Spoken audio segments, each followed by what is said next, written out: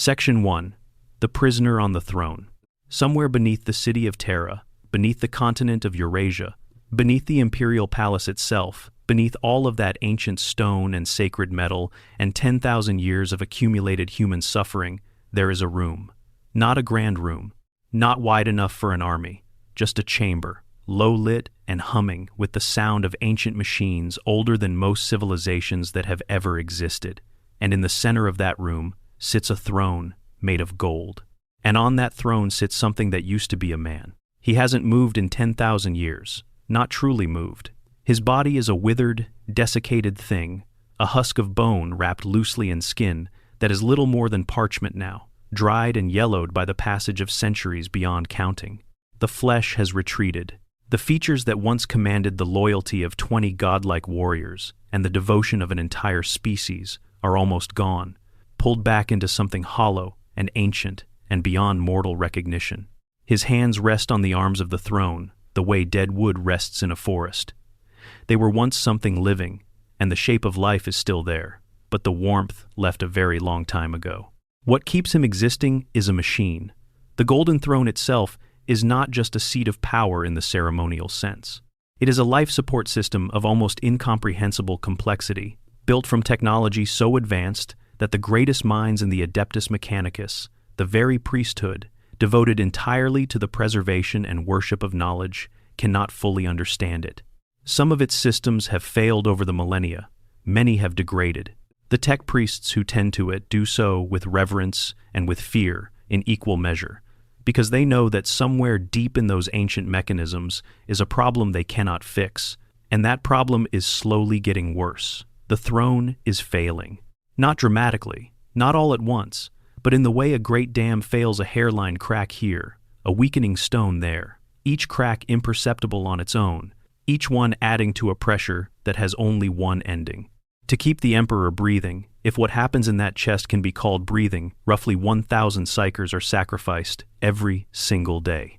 They are brought to Terra on the black ships, enormous vessels that collect psychically gifted humans from across the million worlds of the Imperium.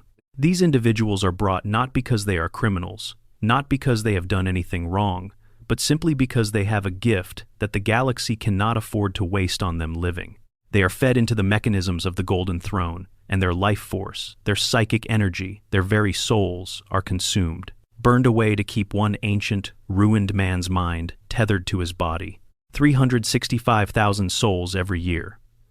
Over 10,000 years, that figure reaches a number so enormous that human minds simply refuse to process it the way they should. The Emperor himself is aware of this, or at least the pieces of his consciousness that still exist are aware of it. There is evidence scattered through the lore fragments of psychic visions sent to trusted servants, impressions left on the Emperor's tarot, the occasional saint who receives what feels like divine guidance, that something is still happening behind those closed eyes.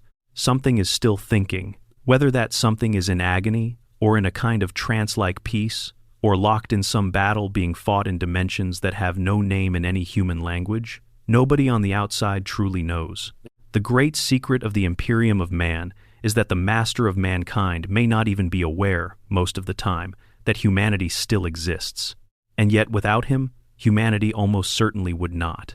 The Astronomicon, the great psychic beacon that allows faster-than-light travel across the galaxy, is powered by his mind, amplified by a choir of psychers who also slowly die in the effort. Without the Astronomicon, the warp becomes unnavigable. Ships would be lost.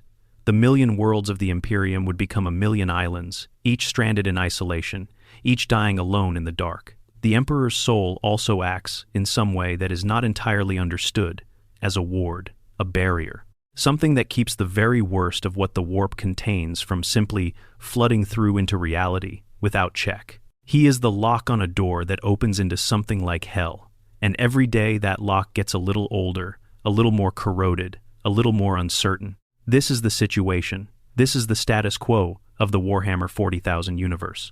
A species stretched across a galaxy, screaming its devotion to a corpse that might still be listening, fighting wars without end in the name of a man who cannot answer.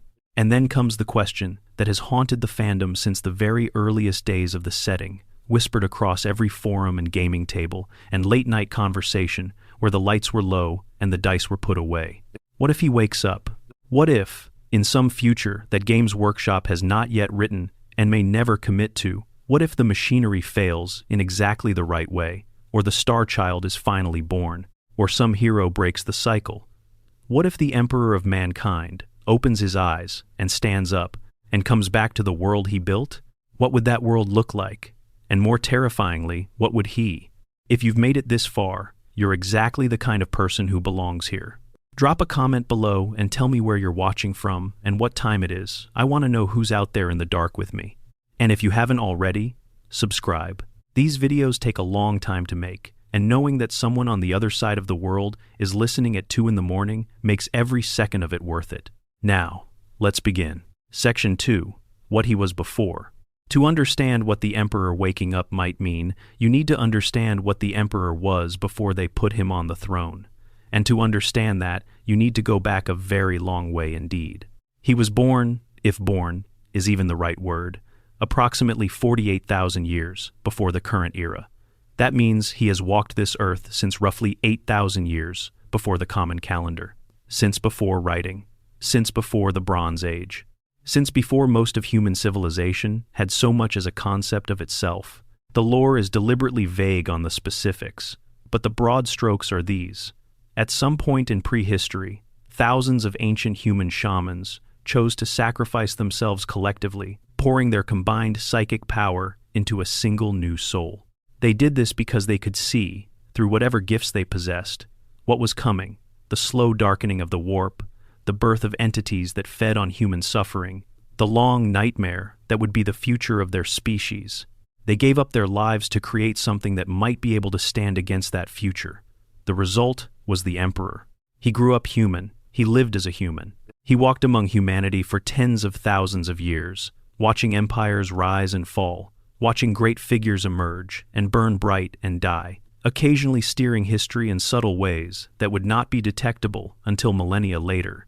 He watched Rome. He watched the great religions spread across the old world and found himself horrified by them, not because belief was wrong in itself, but because he understood in a way no ordinary person could what happened to belief when it fed the things that lived on the other side of the veil between reality and the warp.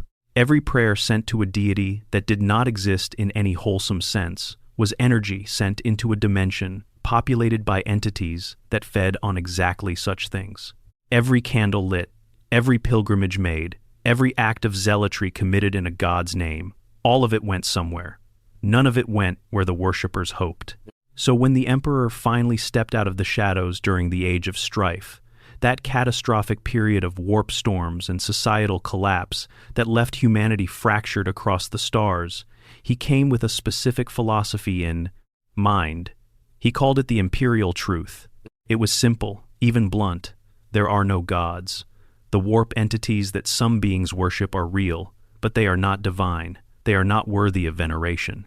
They are parasites and predators that thrive on human emotion and belief, and the greatest protection against them is not faith, but the cold, clear light of reason. Science, secularism, knowledge. Under the Emperor's vision, the imperium he was building would be a rational civilization, free of the superstition and religious division that he had watched tear humanity apart for 40,000 years. He was, in other words, deeply and profoundly anti-religion, and he meant it. This matters enormously when you start thinking about what he would find if he woke up today. The Emperor's power as a psyker existed on a level that simply has no frame of reference in ordinary human experience. He could read minds across vast distances. He could project his consciousness through the warp to communicate with individuals thousands of light years away. His precognitive abilities, his capacity to perceive the future, were so developed that he had, by the time of the Great Crusade, already mapped out the broad shape of events thousands of years in advance. He knew the Horus heresy was coming. He had foreseen it in enough detail to understand that it was not merely possible, but nearly inevitable, a consequence of the fundamental nature of what he was doing and the galaxy he was doing it in. The tragedy of the Emperor, and it is a genuine tragedy, one of the richest in all of science fiction, is that he foresaw the disaster and in trying to prevent it, helped cause it. When he fought at the personal level, There was virtually nothing in the galaxy that could match him. He built the Primarchs using his own genetic material and psychic essence, 20 superhuman beings, each a demigod in their own right, each capable of feats that would be legendary for any other creature in the universe. He built them as tools, yes, but also as sons. He designed their strengths and their weaknesses, their personalities and their vulnerabilities, with a craftsman's precision and, somewhere beneath the cold logic, something that looked very much like love, even if he was incapable of expressing it in ways his sons could recognize. He was also capable of terrible things. During the unification wars on Terra, the campaigns through which he brought Earth under a single banner, he did not merely defeat the warlords and techno-barbarian kings who opposed him. He destroyed them utterly. He burned cultures that had persisted for thousands of years. He ended religions and traditions and ways of life with the same efficiency he applied to military campaigns, because in his calculus, all of these things were potential vectors for chaos, corruption, and the galaxy he had seen in his visions left no margin for sentimentality. The Emperor was a being of immense compassion for humanity as a species, and something approaching ruthlessness when it came to anything he deemed a threat to that species' survival. When he put his plans into motion for the Great Crusade, the galaxy-spanning campaign to reunite all of humanity under the Imperial banner, he was at the height of his physical power. He could power the Astronomicon personally, from off-world, while simultaneously leading military campaigns at the front of his armies. That gives you some sense of the scale of psychic effort we're talking about. Not just maintaining it while sitting still and concentrating, but maintaining it while traveling through the warp, while fighting battles, while managing the political and logistical complexity of the largest military operation in human history. By the time he was placed on the Golden Throne, his body had been destroyed, not damaged, destroyed. Horus had nearly killed him at the molecular level, burning through the Emperor's physical form with the combined power of 4 Chaos Gods, a power that the Emperor himself had been on the verge of matching in that final confrontation before pulling back from the edge of his own apotheosis because a single mortal soldier reminded him of what he was supposed to be fighting for. That restraint cost him everything. He won the fight against Horus, but the cost was his body. And in the 10,000 years since, whatever is left of him has been doing the most difficult possible thing in the most difficult possible circumstances, maintaining consciousness while sustaining multiple psychic functions of galaxy-spanning scope, in a body that should by any rights have stopped existing before the first millennium of his imprisonment was out. When we ask what happens if the Emperor wakes up, we're asking about this being, this specific entity, with this specific history, this specific worldview, and this specific relationship with the universe he finds himself trapped in.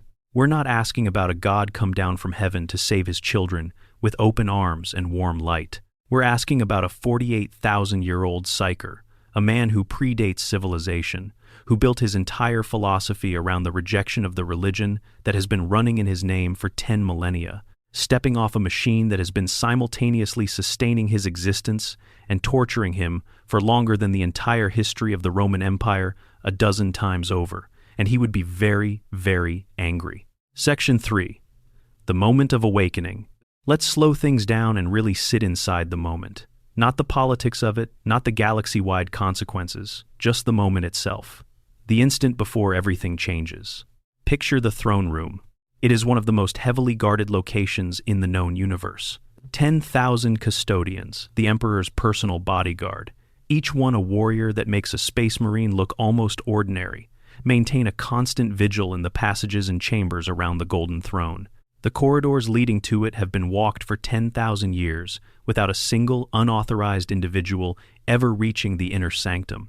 The Sisters of Silence, those blank-souled warriors whose very existence cancels psychic activity in a radius around them, patrol the outer rings. Further out, the labyrinthine depths of the Imperial Palace, a structure so vast it encompasses entire mountain ranges and has a population measured in millions, just for its administrative staff, create a kind of enormous, bureaucratic moat around the holiest site in human civilization.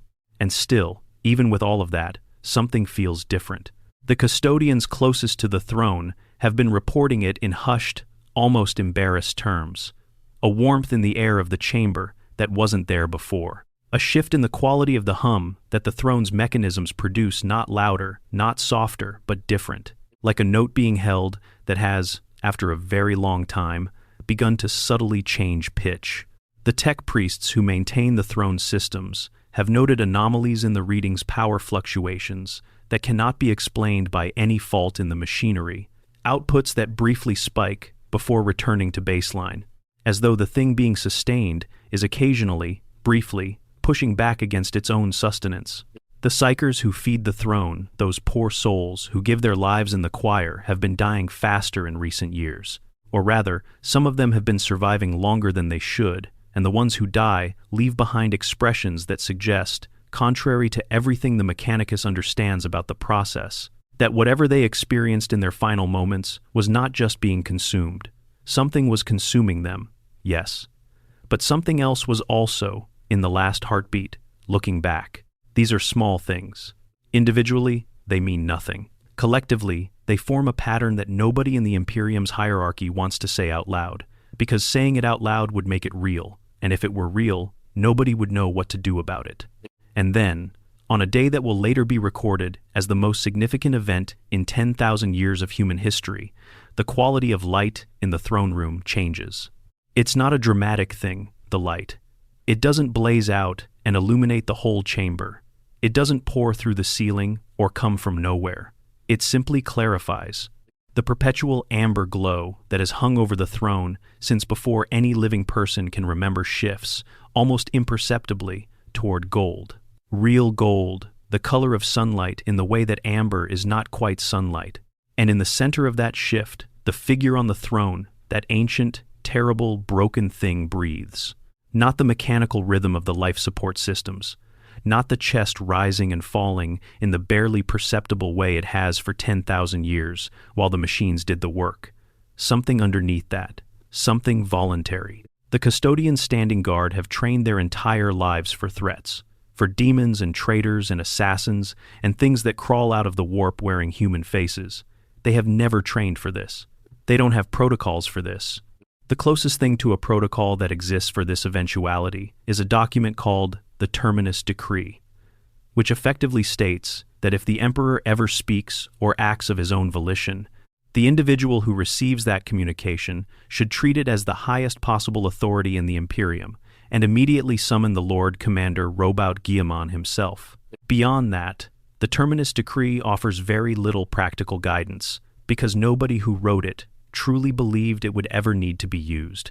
The signal goes out, across the Vox networks of the Imperial Palace, across the astropathic relay chains that connect Terra to the wider Imperium. A message begins to spread.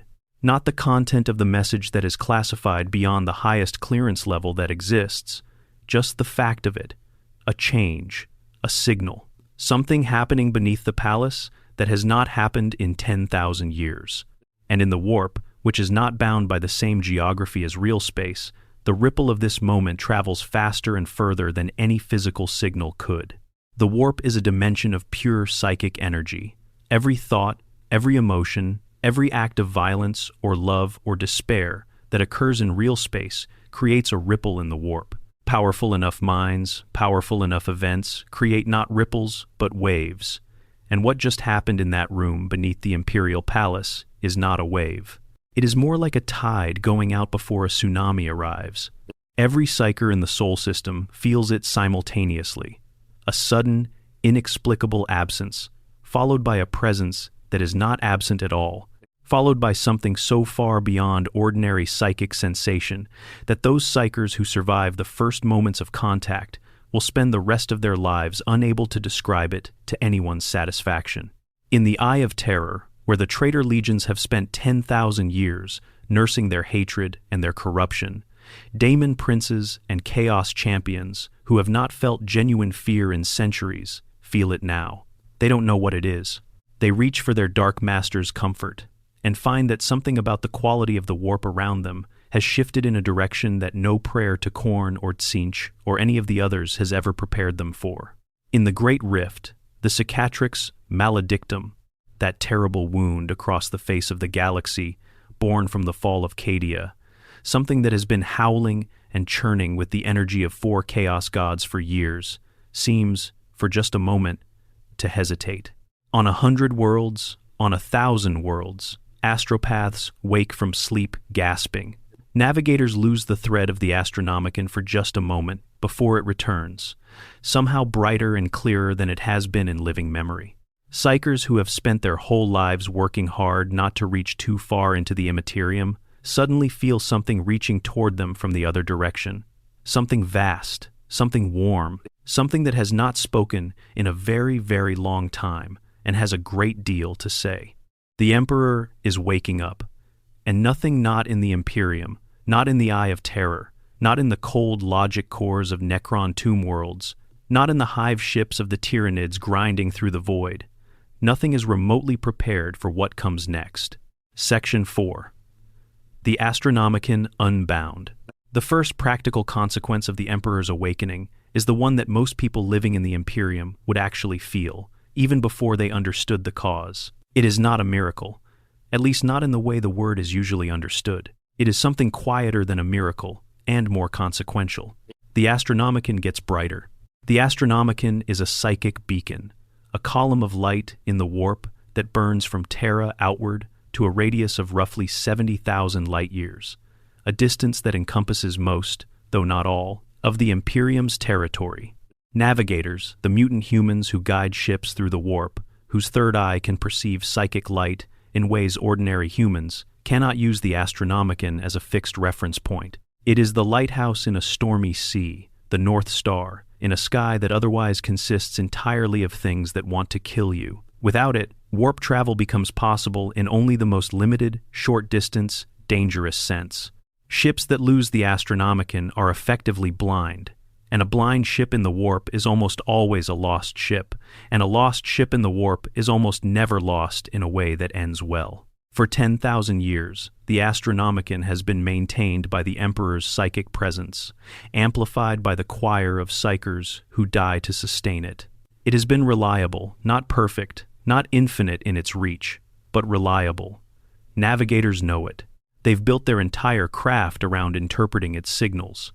The Navis Nobilite, the noble houses of navigators, have millennia of accumulated wisdom about reading its variations, tracking its fluctuations, navigating by its light, even when that light is dim or disrupted by warp storms. When the Emperor begins to wake up, the Astronomicon doesn't just get brighter, it transforms.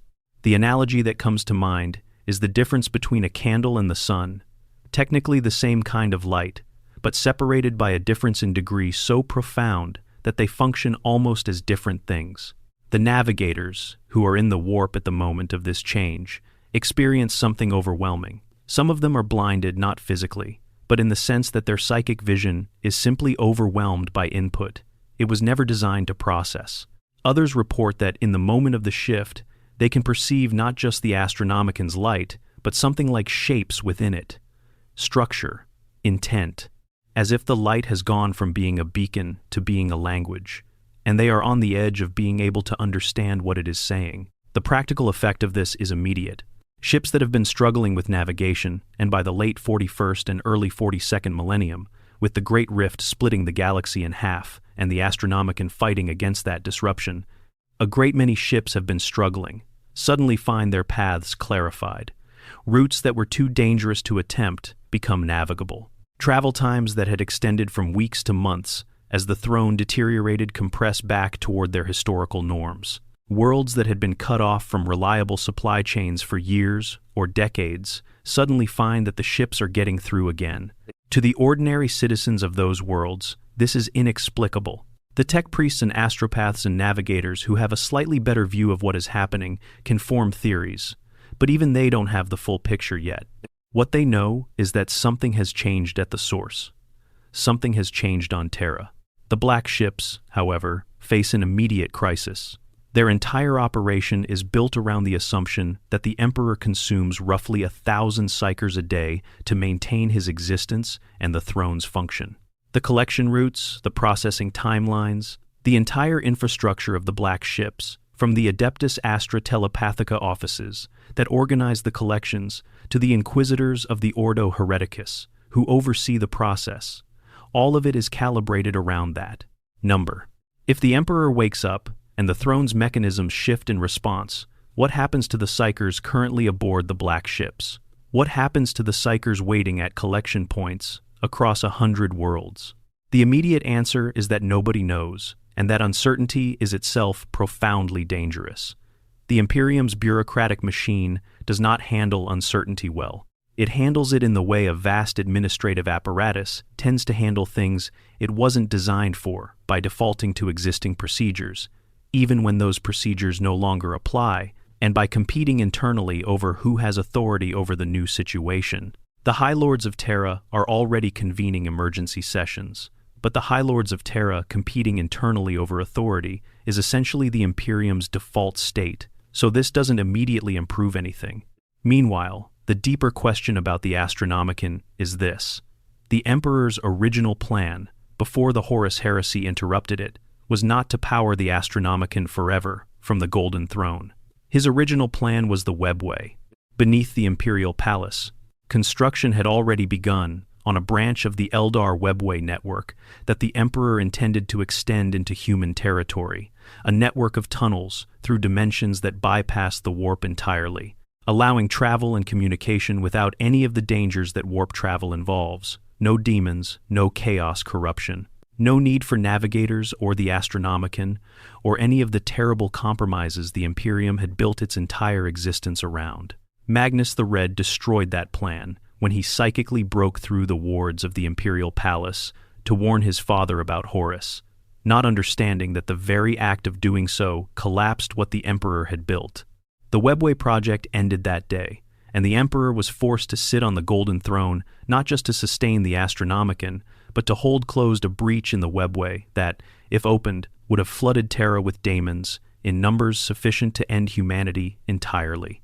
If the Emperor wakes up, the first question, before politics, before religion, before anything else, is whether he still needs to sit on the throne to hold that breach closed, or whether 10,000 years of the warp working around the Imperial Palace's wards, the birth of the Great Rift changing the warp's geography, and whatever internal evolution the Emperor himself has undergone, have changed the equation. If the Emperor can stand up, and the breach in the Webway beneath the palace is simply sealed by his renewed presence, or no longer relevant given how much the warp has changed, then the throne becomes optional. And if the throne is optional, then the daily sacrifice of 1,000 psychers becomes optional, and the ripple effects of that change would take centuries to fully work through the Imperium's systems.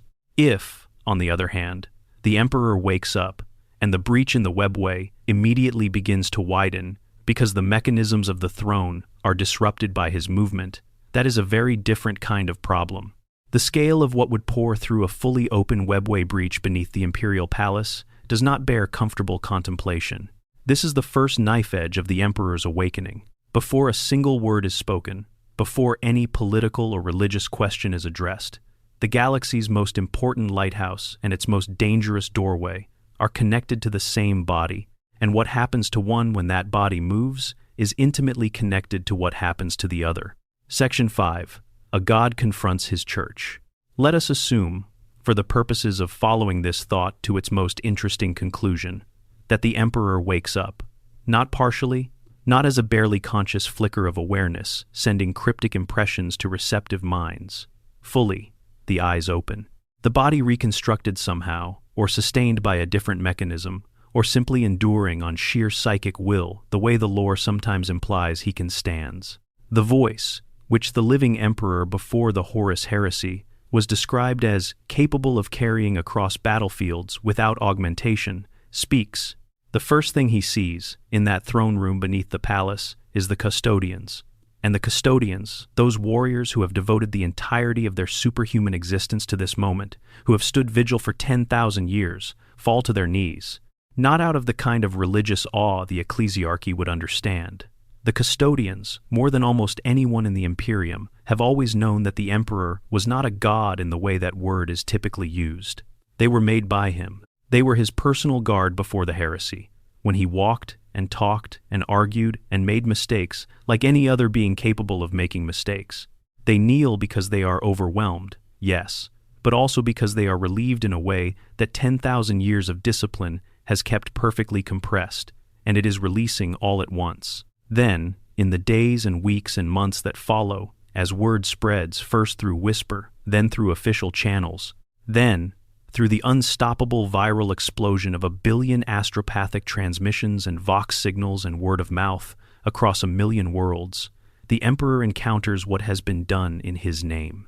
The Ecclesiarchy, the state religion of the Imperium of Man, an organization of hundreds of billions of priests, deacons, cardinals, confessors, missionaries, and holy warriors that is the dominant social and spiritual institution in human space. An organization that worships the Emperor as the God of mankind, as the supreme divine being of the universe, as the literal center of all meaning and purpose in human existence. An organization that has burned worlds for heresy, that has tortured billions in the pursuit of doctrinal purity, that has waged holy wars, the Crusades, the Purges, the Reign of Blood, in the name of an entity whose most famous quote on the subject of religion was a direct and unambiguous condemnation of it.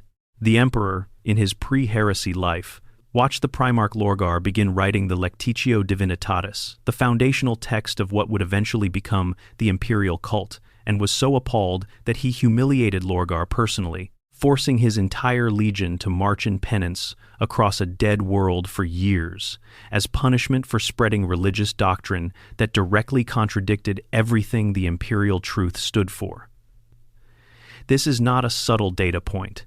This is a man, a being, who considered the worship of himself to be not just incorrect, but actively dangerous, because he understood, better than anyone, what worship does in a universe where the warp is real. Every prayer to him was energy fed into a dimension that was already home to 4 entities of unimaginable malevolence. He was trying to starve those entities. His followers were inadvertently feeding them. Now he wakes up and finds that not only has worship of himself become the official state religion of the largest empire in the galaxy, but that this worship is, ironically, one of the primary mechanisms keeping that empire from collapsing entirely. The imperial cult provides meaning to the ordinary citizens of hundreds of billions of worlds. It provides moral framework, psychological sustenance, community, purpose. It gives soldiers a reason to fight when the fight seems hopeless. It gives civilians a reason to keep going when the alternative is despair. And because the warp is a psychic reflection of mortal emotion and belief, the collective faith of trillions of human beings in the Emperor has, over 10,000 years, actually given him real power in the warp, power he did not have before. Power that, in the theories of certain inquisitorial scholars, may be part of what has kept the 4 Chaos Gods from simply overwhelming reality altogether. The Emperor, in his original philosophy, was wrong about religion, not about the basic danger it represented, which was real, but about the solution. He thought that eliminating religion would starve the Chaos Gods. He didn't account for the fact that human beings simply need to believe in something, that the psychological structure of faith is not a weakness to be engineered out, but a fundamental feature of human consciousness. And he didn't fully account for the possibility that faith in something good, faith in something that genuinely cared about humanity's survival, might actually represent something different from the kind of superstitious worship that fed the ruinous powers. So what does he do with the Ecclesiarchy? The simplest answer, the answer he would have given before the heresy, is that he dissolves it immediately, declares it heresy against his own original doctrine. The irony would not be lost on him. The entire organization that has been running in his name, declaring things to be heresy with extraordinary violence for 10 millennia, would itself be declared heretical by the being in whose name it operated. Every cardinal and confessor and missionary would need to fundamentally reconsider their position in a universe where their God just walked out of his throne room and told them they'd gotten it wrong. The complexity of it, though, is that he would also be aware, because he was always aware of things that others missed, that the faith has real effects, real power, that the Sisters of Battle, warriors driven by genuine religious devotion, can perform what the warp genuinely processes as miracles. That Space Marines' faith in the Emperor is part of what gives them the psychological resilience to do what they do. That billions of ordinary humans who have never fought a battle in their lives derive something essential from their belief that the Emperor watches over them. He would be looking at a religious institution he despises, that has caused enormous suffering in his name, that has fundamentally betrayed his philosophy and simultaneously recognizing that it has also, by accident, created a genuine spiritual bulwark against chaos. The chaos gods feed on dark emotions. The imperial cult channels its followers' emotions towards something that, whatever its failings as a doctrine, does not feed those dark entities in the way that despair and corruption and nihilism do. What he would actually do with this information is one of the most interesting questions in the entire thought experiment. Because the emperor was always capable of changing his view when presented with evidence that contradicted it. The imperial truth was not, for him, a sacred text to be defended, regardless of reality.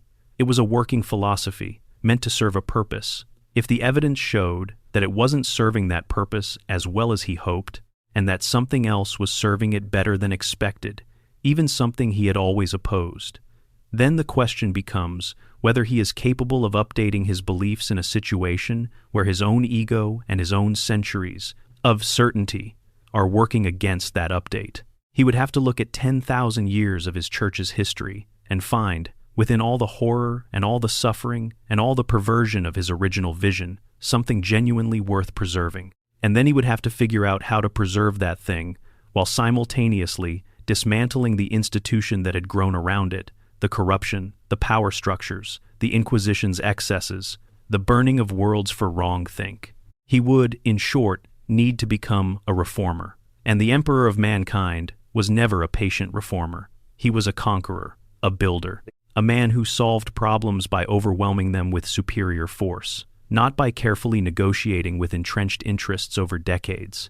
The Church of the Emperor, confronting the emperor himself, is one of the most genuinely unpredictable elements of this entire scenario.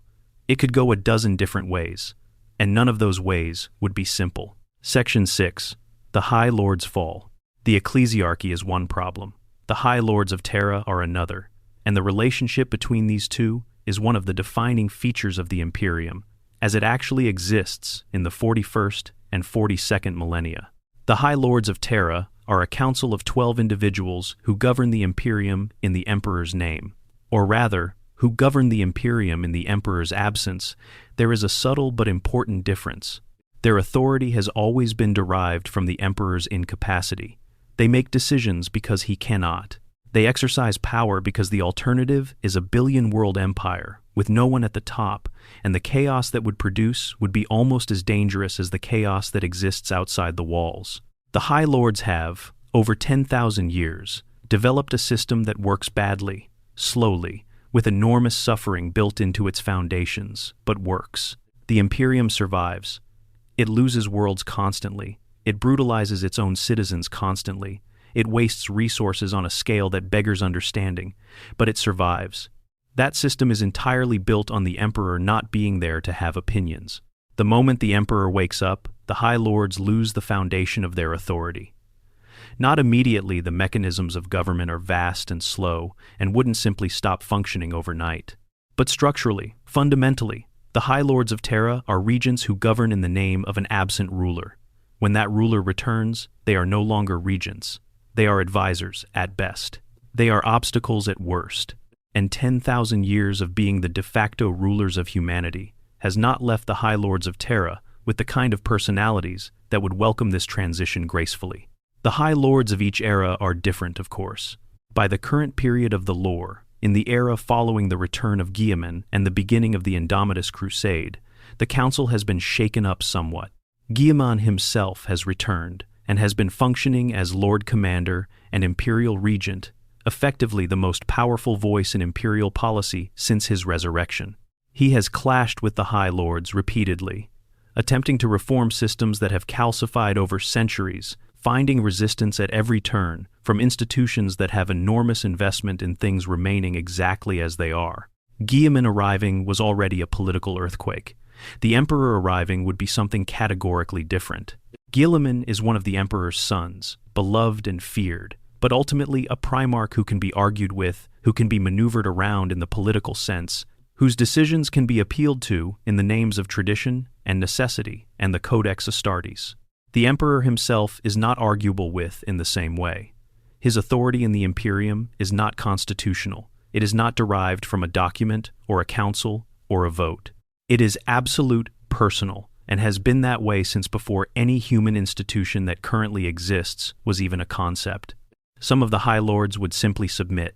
The Lord Commander Militant of the Astra Militarum, whose entire existence is built around service to the Emperor, would probably be on his knees before the Emperor finished his first sentence. Certain factions within the Adeptus Custodes, who have already been moving toward a more active role in the Imperium under recent lore developments, would see this as validation. They were always the Emperor's personal guard. They always knew he was not quite gone. They have, arguably, been preparing for exactly this moment without fully acknowledging that they were doing so. Others would be more complicated.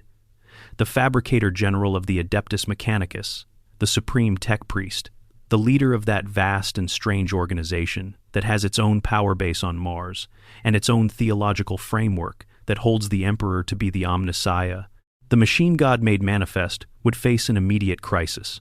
The Mechanicus does not precisely worship the Emperor the way the Ecclesiarchy does. Their relationship to him is more technical, more instrumental. They revere him as the source of technological knowledge, as the being who understood the secrets of the universe in the deepest mechanical sense. But their actual day-to-day operation is largely independent of Terra, and their influence over the Imperium's military and economic capacity gives them a leverage that no one can entirely ignore. An emperor who woke up and began expressing opinions about how the Adeptus Mechanicus had been operating, about what technologies they had suppressed, what innovation they had stifled in the name of doctrinal purity, what secrets they had hoarded rather than shared for the benefit of humanity, would immediately create a confrontation with an organization that has considerable power and a very deep investment in the status quo. The Mechanicus's entire theological structure is built around the idea that knowledge was once abundant and has been partially lost, and that recovering it piece by piece is a sacred act. The Emperor showing up and having opinions about which pieces should be recovered first, and criticizing the Mechanicus's management of the process, would be deeply uncomfortable for an institution that has not faced meaningful external scrutiny in a very long time. And then there are the Inquisition.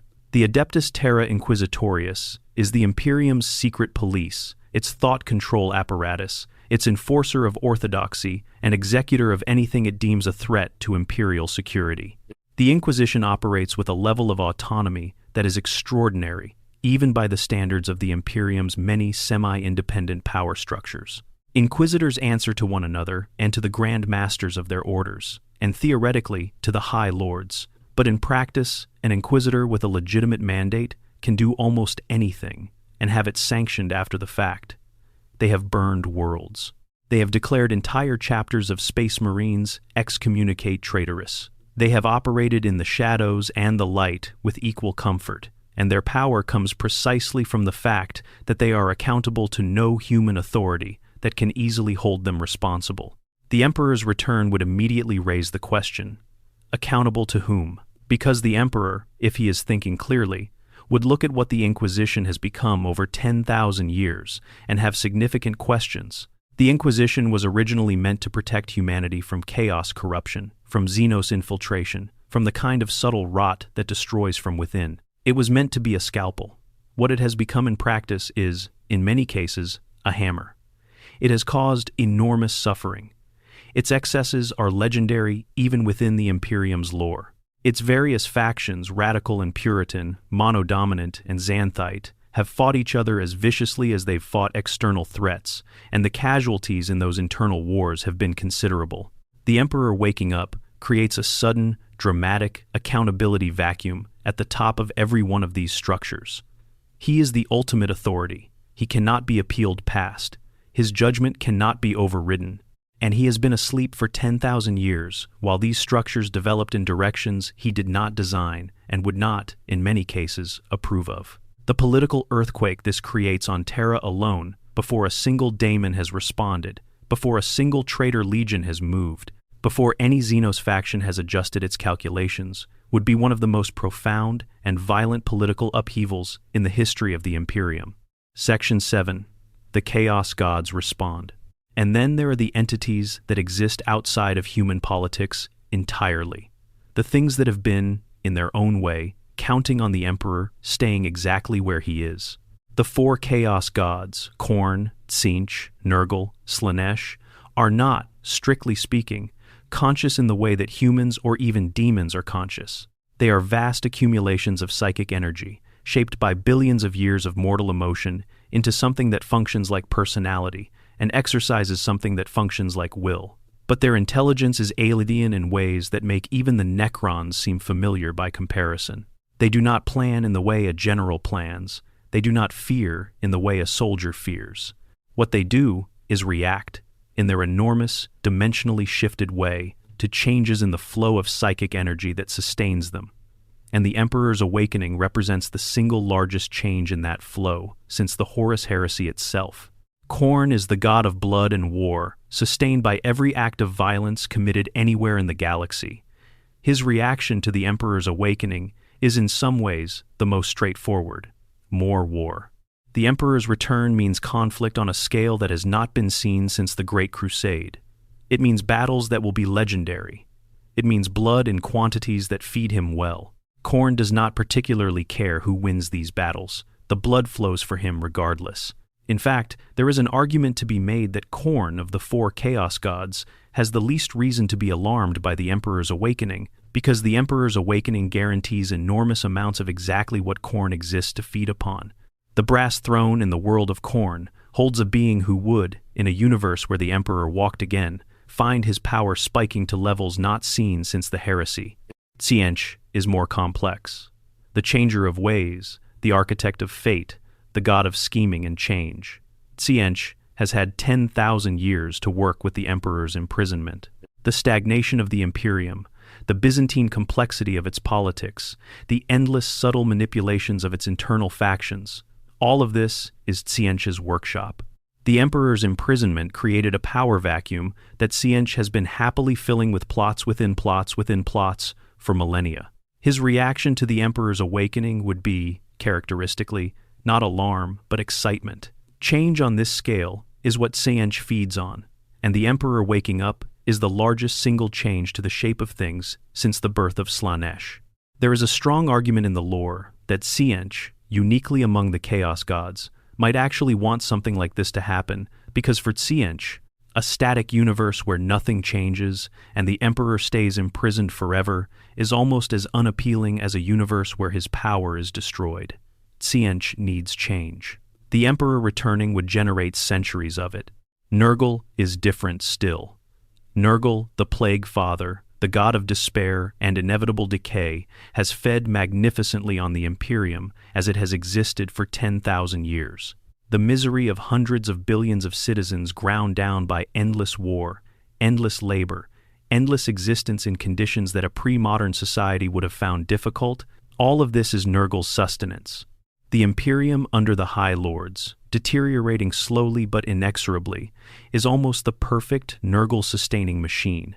But there is a specific element of Nurgle's power that would come into direct conflict with the Emperor's awakening. Nurgle feeds on hopelessness, on the certainty that nothing gets better, on the sense that decay is the natural order, and that resistance is futile. The Emperor waking up is the single most hope-generating event in the history of humanity.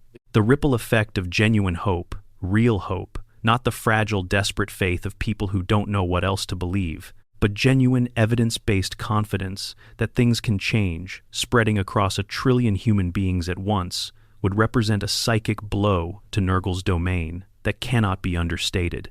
Of all the Chaos Gods, Nurgle has the most reason to fear the Emperor's return, and would throw the most significant resources at stopping it. Slaanesh is perhaps the most interesting case. The youngest of the four Chaos Gods, born only 10,000 years ago from the spiritual collapse of the Eldar civilization, Slaanesh has never encountered the Emperor in anything like the Emperor's full power. The Emperor who was imprisoned on the Golden Throne was already a broken man. Slaanesh has never seen what the Emperor could do when operating at full capacity, and this is a significant intelligence gap that the Dark Prince's servants have never had reason to fill. The Emperor's awakening would represent Slaanesh's first real encounter with the being who, in the pre-heresy era, stood as perhaps the primary opposition to what the Chaos Gods represented. It would also raise the specter of something that Slaanesh has been aware of since its birth. The Emperor's soul in the warp, growing through 10 millennia of psychic development and the worship of trillions, might represent the closest thing to an equal that Slaanesh has ever encountered. The Eldar's Ennead, their god of the dead, growing slowly on Craftworld souls, represents one kind of nascent power opposing Slaanesh.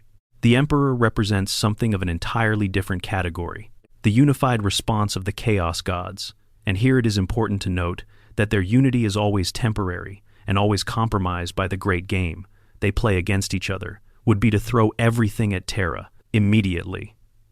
The largest demonic incursion in history, not because it was cleverly planned, not because some council of dark powers sat down and strategized, but because the instinctive reaction of 4 enormous psychic entities to a threat against their collective existence is to attack the source of that threat. The Great Rift would surge, warp storms would erupt.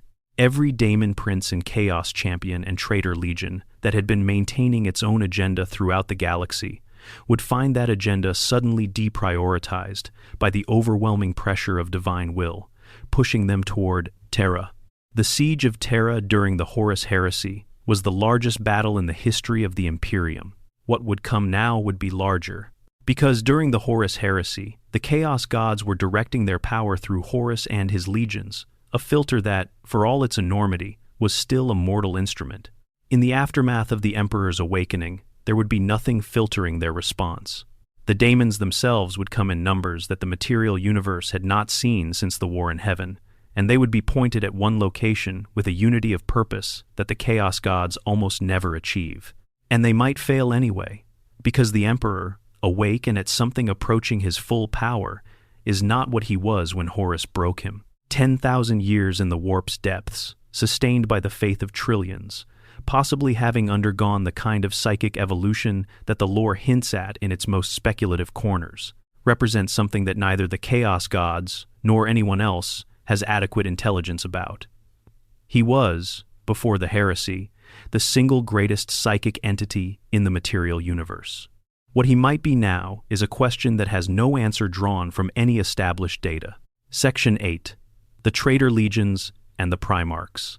The Traitor Legions have existed in the Eye of Terror for 10,000 years. That is not a metaphor.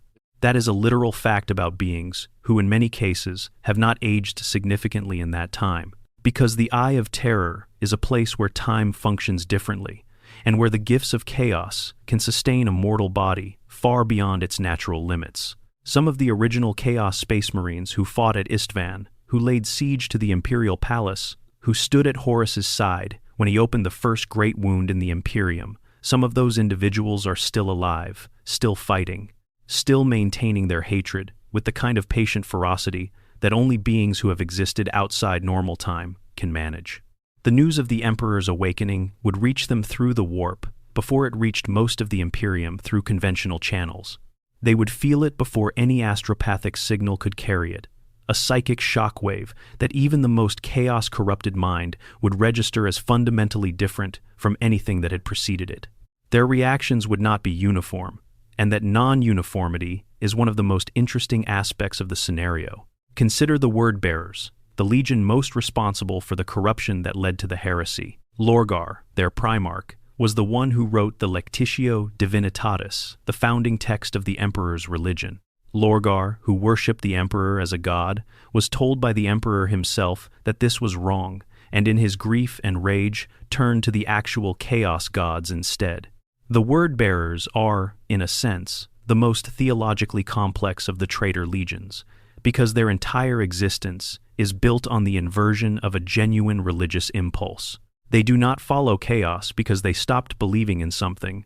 They follow chaos because they stopped believing in the Emperor specifically and transferred that need to believe onto something that welcomed it. If the Emperor wakes up, the Word-Bearers face a question that none of the other traitor legions face in quite the same way.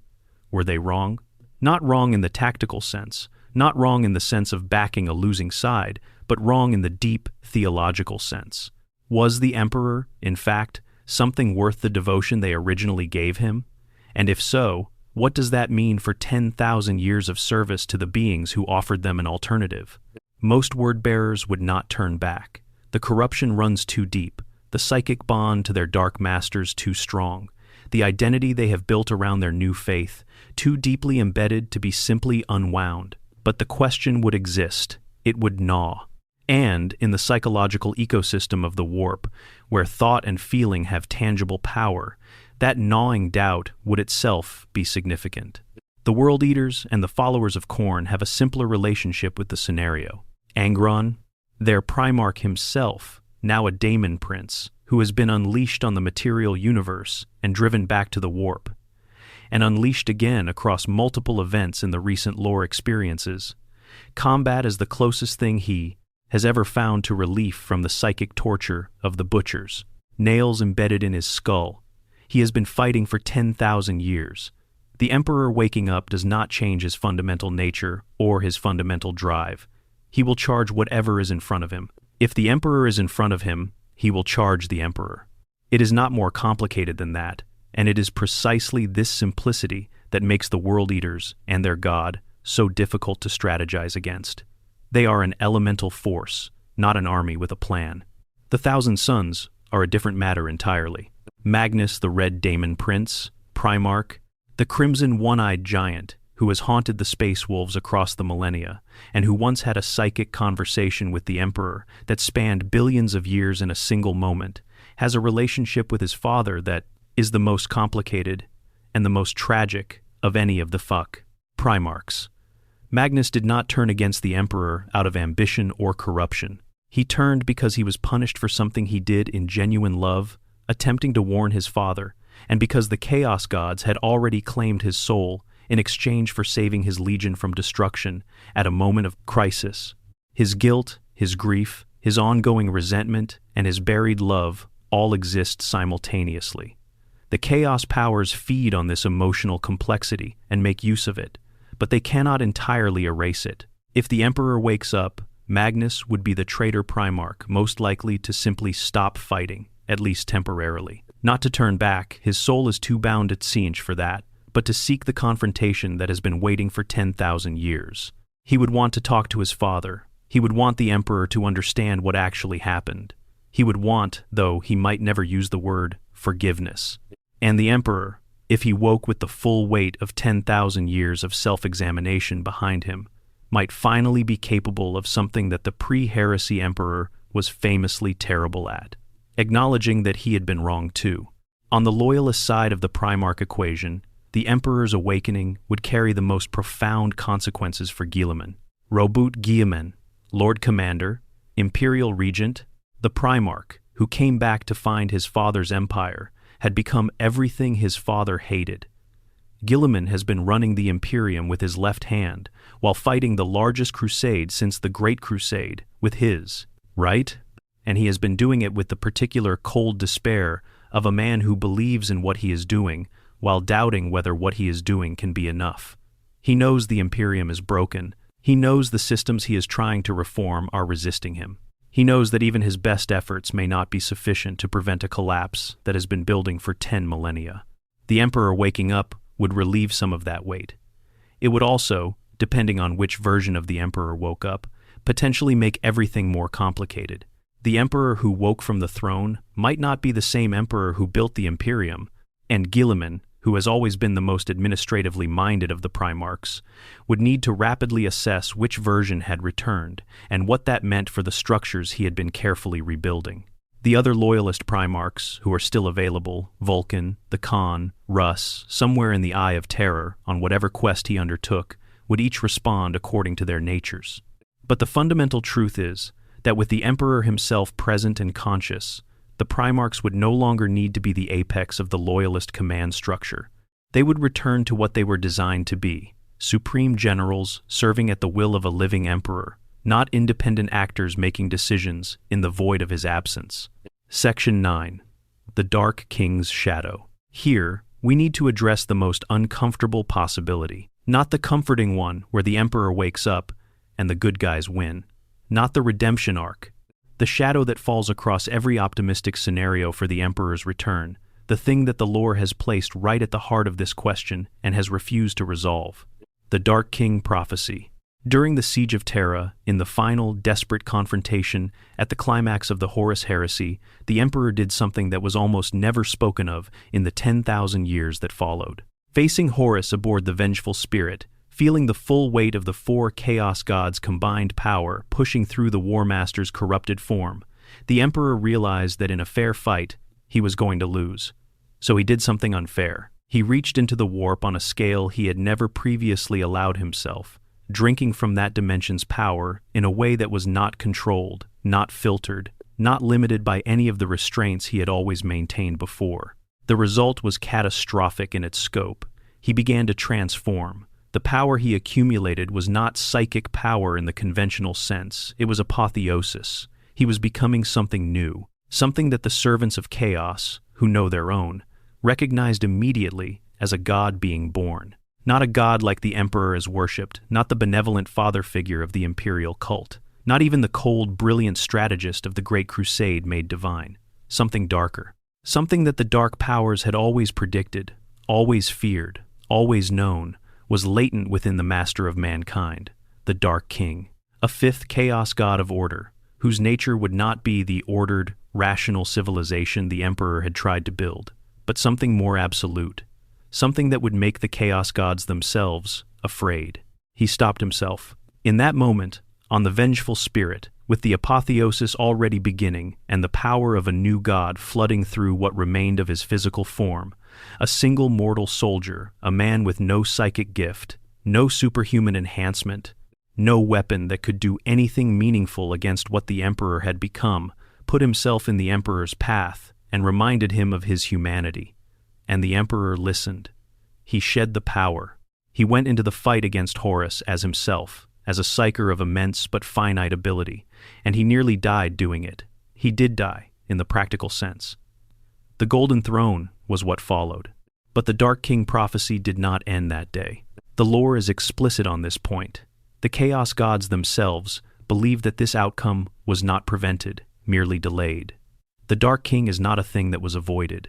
It is a thing that is still coming, slower now, building through different channels, inevitable in the way that the Chaos Gods understand things to be inevitable. And the mechanism through which it would arrive, in the current era, runs directly through the Golden Throne. 10,000 years of the Emperor's psychic presence, feeding on the souls of psychers, growing in the warp on the faith of trillions, evolving in ways that nobody on the throne room floor can observe. This process has not been producing the Emperor as he was. It has been producing something new. Whether that something is better or worse than the Dark King that almost emerged on the Vengeful Spirit is a question that the lore deliberately does not answer. The Emperor himself, in the psychic impressions he occasionally sends to trusted servants, the visions received by Grey Knight Grandmasters, the impressions left on the Emperor's tarot, the occasional saint who receives what feels like direct communication, seems to be aware of this, seems to be struggling with it. The version of himself that would emerge from the throne is not guaranteed to be what he would want to be. The soul split that occurred during the heresy adds another layer. In the darkest moments of the Siege of Terra, the Emperor appears to have divided some essential aspect of himself, casting one half, perhaps the more human half, the more compassionate half, into the warp, where it might survive and eventually be reborn as something separate from the machinery that sustained him. This is the mechanism that underlies the Star Child theory, the possibility of a different kind of return, not the Dark King, but something gentler, something the Chaos Gods would find it much harder to exploit. If the Emperor wakes up from the Golden Throne as primarily the remnant that stayed the cold, calculating, ruthless half, that chose duty over compassion, that ran the numbers, and determined that the sacrifice of billions was an acceptable price for the survival of trillions, then what returns is not exactly a savior. What returns is something that would be terrifyingly efficient at prosecuting its agenda. Something that would have no difficulty burning half the Imperium to save the other half. Something that would look at the imperial cult with the same cold assessment it applied to anything else. What is the utility here? What is the function? What is the cost-benefit?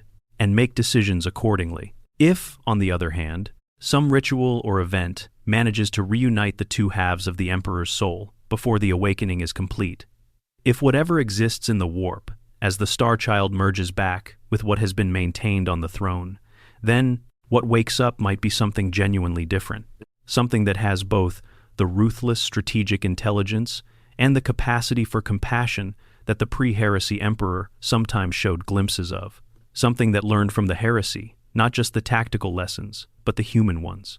The lesson that telling your sons they were weapons rather than children had consequences. That building an empire on the suppression of human nature, religious, spiritual, emotional human nature, was not a stable foundation. That a being of his power and his millennia of experience was not infallible, and that acknowledging this publicly, rather than presenting an image of divine certainty might, in the long run, serve humanity better than the alternative. This version of the emperor, integrated, aware, changed, would be the most interesting and the most dangerous thing that has ever existed in the 40,000 universe. Dangerous not to humanity, but to the status quo, to every power structure and belief system and political arrangement that has calcified around his absence. This emperor would not just wake up and start issuing orders. He would sit in the ruins of his dreams and feel, genuinely feel, the weight of what they had cost. And then he would decide what to build instead. Section 10. The Star Child and the Soul's Long War. Let's slow down and walk through the most quietly hopeful theory in all of Warhammer 40,000 lore, because it deserves its time. It is also, in many ways, the saddest, not because it ends badly, but because of what it requires. The Star Child theory begins with a piece of lore that goes back to the earliest days of the setting, before it calcified into the grimdark universe most people know today. The theory proposes that the Emperor's soul in the warp is not simply the consciousness that is currently sitting on the throne. It is, or rather it was, the Emperor's compassion, his love, the parts of himself he had to set aside to do the things the Great Crusade required of him, the warmth that got sacrificed on the altar of necessity somewhere in the long millennia before the heresy. The Star Child is this fragment of the Emperor's soul, existing in the warp not as the monstrous accumulation of power that the Golden Throne is producing, but as something more like a gestating potential, a seed, something that requires specific conditions to grow and specific events to birth. The Sensei are one of those conditions. They are, according to this theory, the Emperor's literal descendants, children born of relationships he had in the thousands of years, before he stepped out of the shadows and revealed himself to the world. The Sensei are immortal. They don't age, they have some fraction of their ancestors' power, and crucially, they are invisible to the warp psychic nulls in effect, but not in the harsh, destructive sense that true blanks represent. They exist in a kind of warp silence that makes them uniquely difficult for both demonic entities and the agents of the Inquisition to detect or track. The Illuminati, a secret society composed of individuals who have survived demonic possession and emerged somehow changed, somehow resistant to further corruption, know about the Sensei. They have been gathering them, protecting them, preparing them for a purpose that they reveal only partially to the Sensei themselves. The full truth is more terrible than the Illuminati's recruitment pitch suggests. The Sensei are to be sacrificed.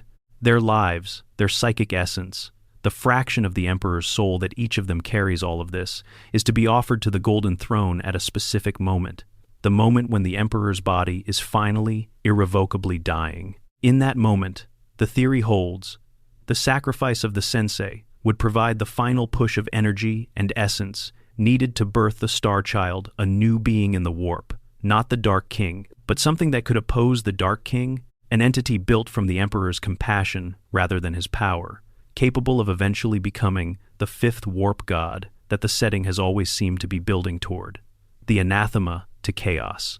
The answer that the Emperor himself always knew would be needed someday and could never quite bring himself to set in motion. This theory has been supported and complicated by various elements of the lore over the decades. In the current era, the era of the Psychic Awakening, of the Great Rift, of the Indomitus Crusade, there are reports of golden visions spreading through astropathic networks, images of a radiant child on a throne of light, seen across the segmentum solar and spreading outward. These visions have caused significant political disruption in the Imperium, with some interpreting them as signs of the Emperor's imminent return, and others including servants of chaos like the Word-Bearer, Cor Pharaon, and the Daemon Tenebrous, actively working to suppress or corrupt them. The fact that chaos actively wants to stop these visions from spreading is itself a data point about what they might mean. The mechanics of how the Star Child and the Golden Throne version of the Emperor might relate to each other are deliberately ambiguous in the lore. One possibility is that the Star Child's birth requires the Emperor's physical death that the throne must fail, and in failing, release both the power that has been accumulating and the compassion that has been waiting. And from that combined release, something new is born. This version of events is the most dramatic and the most costly, because it means that before the Emperor can return in any form, the Imperium must first lose its god, however briefly, and face the full consequences of that loss. Another possibility one hinted at in some of the more obscure lore fragments is that the Star Child can merge back into the Emperor before death, that the soul split is not permanent, that the compassion cast into the warp can, under the right conditions, find its way back to the consciousness on the throne and be reintegrated, restoring something closer to the whole person that the Emperor originally was. This would not be a comfortable process. Reintegrating a piece of your soul that has been floating free in the warp for 10,000 years, that has grown and changed in ways that the main consciousness could not anticipate, that kind of reunion would be volatile. It would produce a being that was, in many ways, genuinely new. Not the pre-heresy Emperor, not the post-heresy Emperor, something else.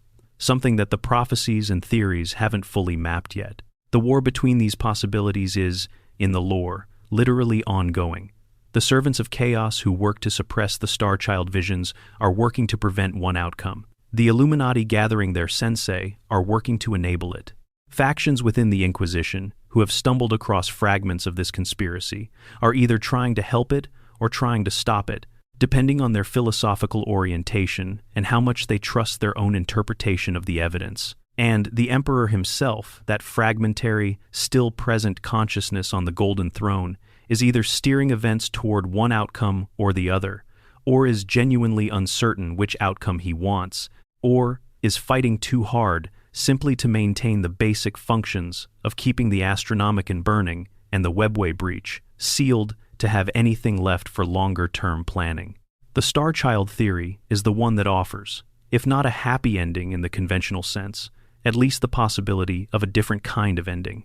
One where the Emperor's return is not just a return to power, but a return to wholeness, where the being who emerges from the crisis is not the Dark King and not the distant, cold tactician, but something that has integrated its own history of mistakes and made peace with the difference between what it wanted to be and what it became. Whether that version of the Emperor would still serve as a meaningful, divine focus for humanity's faith, whether billions of people who have prayed to a god of power could find meaning in a god of compassion, is a separate question, and one that the lore has not answered and perhaps never will.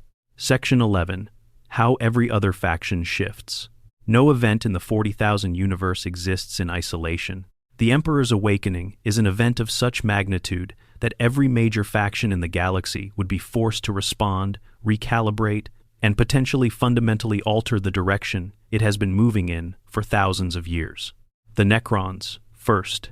Those ancient and terrible machines, the robotic shells of a civilization that sold its biological existence to the Cetan in exchange for immortality and discovered too late the price of that deal.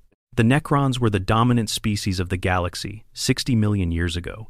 They fought the war in heaven against the Old Ones and their creations. They remember a time when humanity was not even a concept. Their silent king Sarek, who returned to the galaxy in the current era after 60 million years of wandering the void, has his own plans for the Tyranid menace and for the shape of whatever future emerges from the current crisis. The Necrons would view the Emperor's awakening with the particular cold assessment of beings who have seen gods come and go. To a Necron lord, the Emperor is a new phenomenon in the cosmic sense, a being who has existed for barely 50,000 years, who was still a creature of flesh even before his imprisonment, whose relationship with the warp is fundamentally different from the Necron's own total disconnection from it. Some Necron lords would see opportunity. The Imperium's internal upheaval in the immediate aftermath of the awakening would represent vulnerabilities to exploit, worlds and star systems that might be claimed in the confusion. Others, those who have developed something approaching strategic vision for the existential threats facing the galaxy, those who understand that the Tyranid hive mind represents something that cannot be addressed by any single faction alone, might see the Emperor's return as a potential, if temporary, alignment of interests. The Silent King did not return to the galaxy merely to reclaim territory. He returned because the Tyranids represent a threat to every species that currently exists, and he understood that confronting that threat would require more than the Necrons alone could provide. The Tyranids themselves would be, in a sense, the faction least directly affected by the Emperor's awakening in the political sense, and potentially the most affected in the practical one. The Tyranid hive mind has been steering multiple hive fleets toward the galaxy for millennia, drawn by the psychic beacon of the Astronomicon, attracted to the galaxy's extraordinary concentration of biomass, in the same way that a predator is drawn to a scent.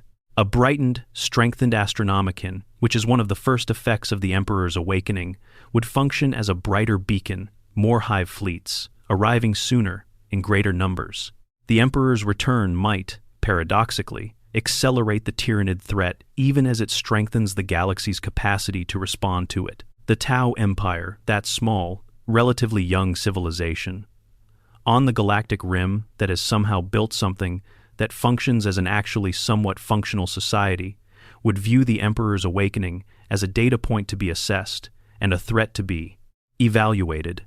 The Tau have limited psychic capacity and are correspondingly less threatened by warp-related phenomena. But they are intensely pragmatic, and the Imperium of Man, with an active Emperor, is a fundamentally different neighbor than the Imperium without one. The Tau doctrine of the greater good, their philosophy of collective progress, and practical ethics would put them in an interesting position. They have always viewed the Imperium's religion as one of its greatest weaknesses, a source of irrationality that hampered human potential. An emperor who agreed with that assessment and set about reforming it would be complicated. Simultaneously, a less hostile Imperium and a more capable one. The Eldar split between the craft-world Aeldari, the Drukhari of Camorra, and the Ynnari who follow the death god Yniad have the deepest and most complex relationship to the question of the Emperor's return of any Xenos faction. The craft-world Aeldari have dealt with the Imperium pragmatically, sometimes covertly aiding Imperial forces when the alternative was worse, always keeping their own survival in view. They were the species whose spiritual catastrophe created Slaanesh and fundamentally changed the nature of the warp in ways that affected every other psychic species. Their Farseers, whose precognitive abilities may be even more refined than the Emperor's own, have been watching the shape of the future with concern for centuries. What the Eldar Farseers see in the Emperor's potential awakening is complicated by the fact that the Emperor's soul in the warp represents something that overlaps in interesting ways with Inid the Eldar's own. Nascent god of death, growing on the edge of birth for centuries, representing an alternative to Slaanesh's eternal hunger for Eldar souls. Two nascent warp deities, both growing, both representing something different from and potentially opposed to chaos. Whether they are allies or rivals, or simply parallel phenomena in a universe that has room for both, is a question the Farseers are actively wrestling with. The Drukhari, who maintain their existence through acts of suffering inflicted on other beings, because they need that inflicted pain to keep their own souls from being consumed by Slaanesh, would find the Emperor's awakening threatening in a specific way. A universe moving toward less chaos, toward a warp less dominated by the four dark powers, is a universe in which the Drukhari's entire economy of existence becomes more complicated. Their city of Camorra exists in a fold of the webway, precisely because it is difficult for any power, divine or mortal, to reach. An emperor who returns to his webway project and begins to do what he originally intended with humanity's access to those tunnels would eventually, inevitably, represent a direct threat to the Drukhari's most fundamental refuge. Every faction, in its own way, would be forced to answer the same basic question: is this a better world or a worse one with the Emperor awake? And most factions, for most reasons, would conclude that it is both simultaneously better in some ways that terrify them, worse in ways that also terrify them, and most terrifyingly of all, entirely unpredictable in the ways it could go from here. Section 12. What kind of Emperor returns? We have followed this thought experiment through the political earthquake on Terra, through the religious crisis of the ecclesiarchy, through the military implications for every faction in the galaxy, through the theology of the chaos gods, and the poetry of the Star Child. And now, we arrive at the question that underlies all of the others, the one that determines the shape of every other answer. What kind of emperor comes back? Because it matters enormously. The emperor is not a simple character with a simple motivation and a simple mode of behavior. He is one of the most complex figures in all of science fiction, a being who has existed for longer than recorded human history, who has genuine ethical convictions that have occasionally led him to do genuinely terrible things, who has loved deeply in a way he could not express, who has sacrificed everything for a plan that he could not fully share, who has been right about some enormous things and catastrophically wrong about others. The emperor who existed before the Horus Heresy was brilliant and ruthless and caring and cold, sometimes all in the same moment. He could see decades and centuries into the future, but failed to prevent the betrayal of half his sons. He built the greatest human civilization in history on the bones of the cultures he destroyed to create it. He wanted to save humanity from the chaos gods, and in doing so, refused to prepare humanity for the reality of those gods, and that refusal cost him everything. He was not a good man in any simple sense. He was a great man in the sense that greatness often comes packaged with exactly the flaws that cause the greatest disasters. The emperor who might emerge from 10,000 years on the Golden Throne would be different. Not entirely. The core of who he was, the fundamental commitments, the care for humanity's long-term survival, the strategic intelligence, those things are unlikely to have changed beyond recognition, but they would be surrounded by something new, something that only 10,000 years of being trapped and conscious and feeding on the souls of those you ostensibly care about can produce. He would know, in a way he never fully acknowledged before the heresy, what it costs to be what he is. Not theoretically, not as an abstract calculation, in the bone-deep, inescapable way that suffering produces knowledge that success never can. He would wake up into a universe that is, in many specific ways, both better and worse than the one he left. The Great Crusade's vision, a united humanity, a secular civilization of reason and knowledge, the potential for a genuinely better future, is gone. The Imperium that replaced it is a decaying monument to a dream that never fully formed. But the Imperium survived. Humanity survived. Against the Chaos Gods, against the Necrons awakening, against the Tyranids consuming from outside and heresy eating from within, against 10,000 years of war without end, humanity survived. And if the Emperor retained any capacity for honest self-assessment, he would know that this survival was not entirely, despite the religious institution he always hated. It was partly because of it. The reformed emperor, the integrated one, the one who had relearned compassion without surrendering strategic clarity, would have to build something new.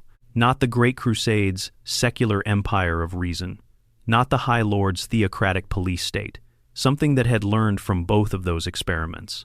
Something that understood that human beings need meaning and community, and something to believe in, and that it is possible to build institutions that serve those needs without feeding the chaos gods in the process. Something built on the genuine devotion of trillions, channeled not into blind obedience, but into the kind of hope and determination that nourishes without corroding, the kind of faith that sustains rather than destroys. This is, admittedly, an optimistic reading of what the Emperor might become. The lore leaves room for much darker possibilities. A cold emperor, stripped of his compassion, would simply set about remaking the Imperium with the same ruthless efficiency he had always applied to everything, and the result would be efficient and terrible, and ultimately, perhaps less survivable than the status quo. A dark king emperor, one who had been consumed by the power building in the warp, rather than released from it, would be something the galaxy had never seen. Not a savior, not a conqueror. Something outside those categories entirely.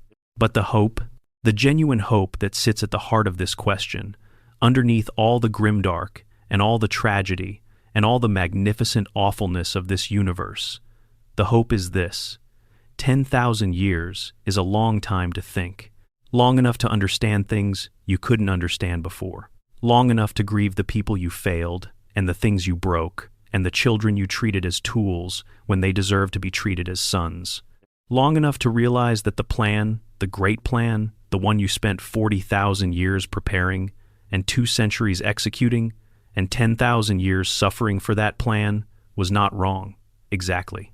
Just incomplete, missing the most important variable, the one that was sitting right in front of you all along, in the faces of the soldiers and the workers and the ordinary people who built the empire that was supposed to be for them. The variable was humanity itself, not humanity as a species to be optimized and protected and guided, not humanity as a resource or a population statistic or a pool of psychers to be sacrificed. Humanity as what it actually is: flawed, irrational, beautiful, destructive, creative, spiritual, desperately in need of something to believe in, and more resilient than any mathematical model can adequately account for. If the Emperor wakes up and he truly understands that not just strategically, but in the felt, lived sense, that you can only understand things you have suffered through, then what comes next might be worth all of the suffering that preceded it. That is a big if, possibly the biggest if in science fiction. The Emperor of Mankind, one of the most gloriously complicated characters in the history of the genre, standing at the threshold between everything he was and everything he could become, and choosing. In a universe defined by the phrase, "there is only war," the greatest act of heroism might simply be that choice. The choice to be, finally, not a weapon or a god or a strategist or a plan, but a person. A 48,000-year-old person with a great deal to answer for, and a galaxy that still, despite everything, needs him to be more than a corpse on a throne. Whether Games Workshop will ever tell that story is a different question. They have maintained, wisely perhaps, the ambiguity that makes the Emperor such a powerful figure. As long as he stays on the throne, he can be everything to everyone: the patient god, the dying hero, the conspiracy, the monster, the prisoner, the guardian. The moment he wakes up, he becomes something specific, something finite, something that can be wrong in ways that everyone can see. Maybe that is exactly what makes the question worth asking.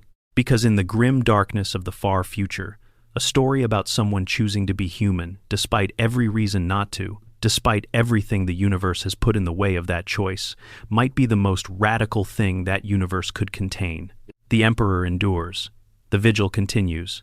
And somewhere beneath the imperial palace, behind 10,000 years of silence, something ancient and enormous, and still, against all probability, alive, keeps thinking. The Astronomicon burns on. If you made it all the way through this one, genuinely thank you. Drop a comment below, tell me your best theory about how the Emperor returns, what version of him wakes up, whether you think it should ever actually happen in the official lore, or just say hello. I read every single one, and if you haven't subscribed yet, now is the time. There is so much more of this universe left to explore, and I would very much like to explore it with you. Until next time, the Emperor protects. Bonus section. The Webway revisited humanity's road not taken. There is one thread in the Emperor's story that almost never gets the attention it deserves when people discuss the question of his awakening, and it sits right at the heart of what his return would actually mean for the shape of the galaxy going forward. It is not the Astronomicon, though that is important. It is not the Ecclesiarchy, or the High Lords, or the Chaos Gods. It is the Webway.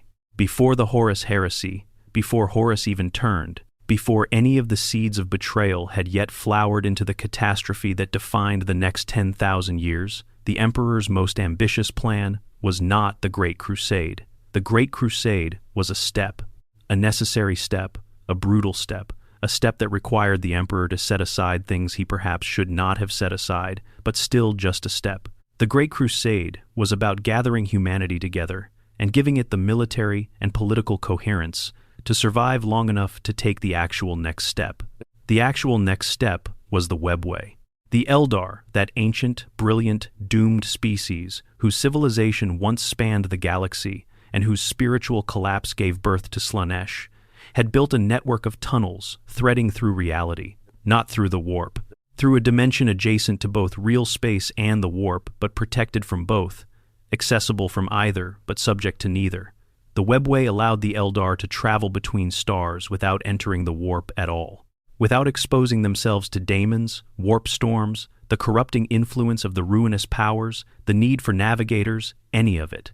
The webway was, and is, the single most elegant solution to the fundamental problem of interstellar travel in a universe where the only route between stars is through a dimension occupied by hostile gods. The Emperor discovered the webway. He worked out how to access it, not perfectly, not as easily as the Eldar who built it, but enough to begin construction on a branch of the network designed specifically for human use. He built this branch beneath the Imperial Palace, using the Golden Throne not as a life support device, but as its original purpose. A control interface for managing the psychic engineering required to maintain a stable passage through webway space.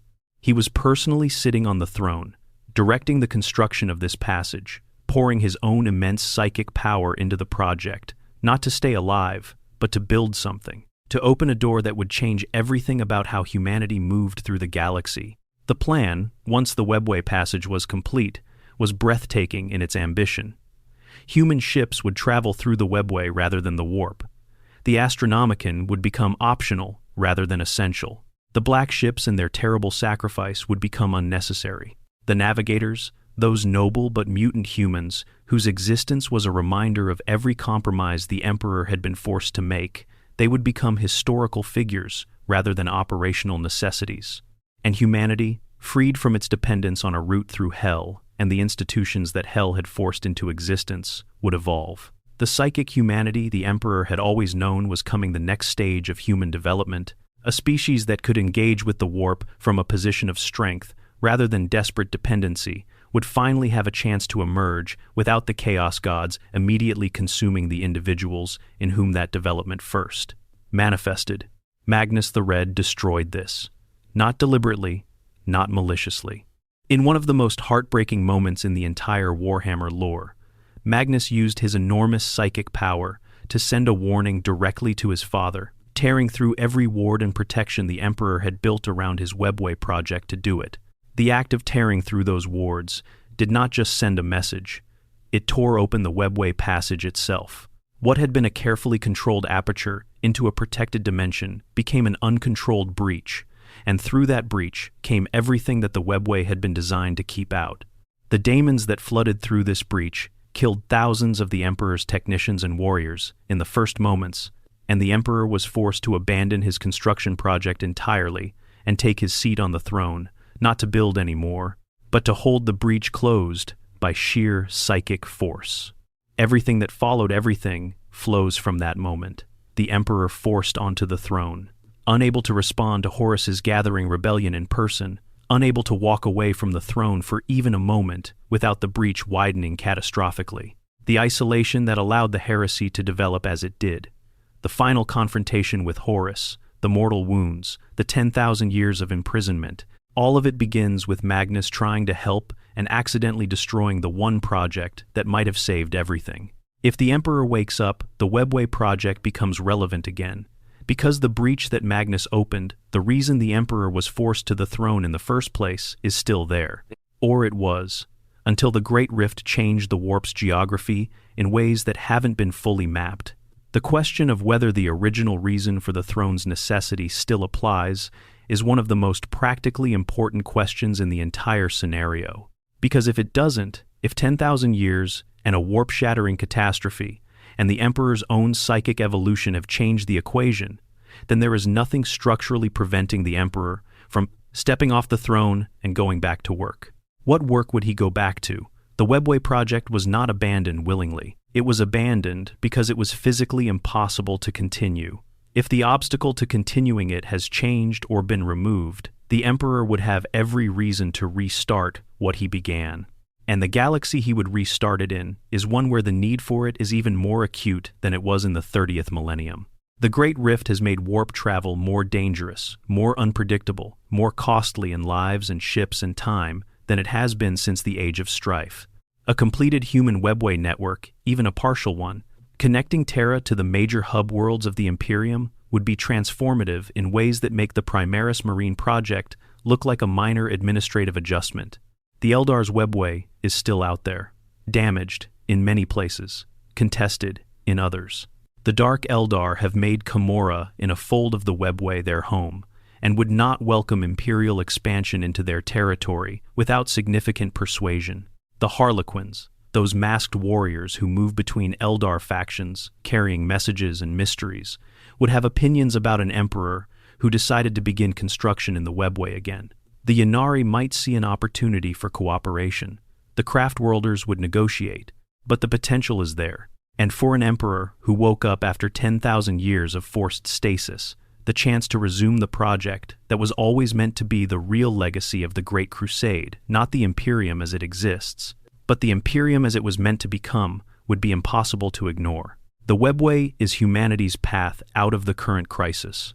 Not the only path, not a guaranteed one, but the path that the Emperor spent centuries building, and whose destruction he has had 10,000 years to grieve. If he wakes up, he comes back to a project unfinished, and the Emperor of Mankind was never someone who left things unfinished, if he could help it. Bonus section. The Space Marines would never be the same. The question of what the Emperor's return means for the Space Marines is one that deserves its own extended treatment because the Space Marines are, in many ways, the most direct expression of the Emperor's will in the physical universe. They are made from his genetic material, bonded to chapter cultures that have evolved over 10,000 years in his name, organized under the Codex Astartes that Guilliman wrote, and utterly devoted to a vision of service and sacrifice that is genuinely one of the most remarkable things in the 40,000 universe.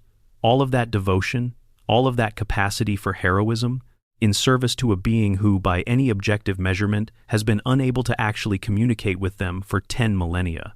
Space Marines pray to the Emperor. They invoke his name before battle, inscribe his maxims on their armor, carry his image into the darkest places in the galaxy. Many of these Marines have never had any direct evidence that the Emperor is anything other than a distant, silent icon, and they believe anyway, with a depth and intensity that puts most human faith traditions to shame. The Emperor's return would not shake this faith.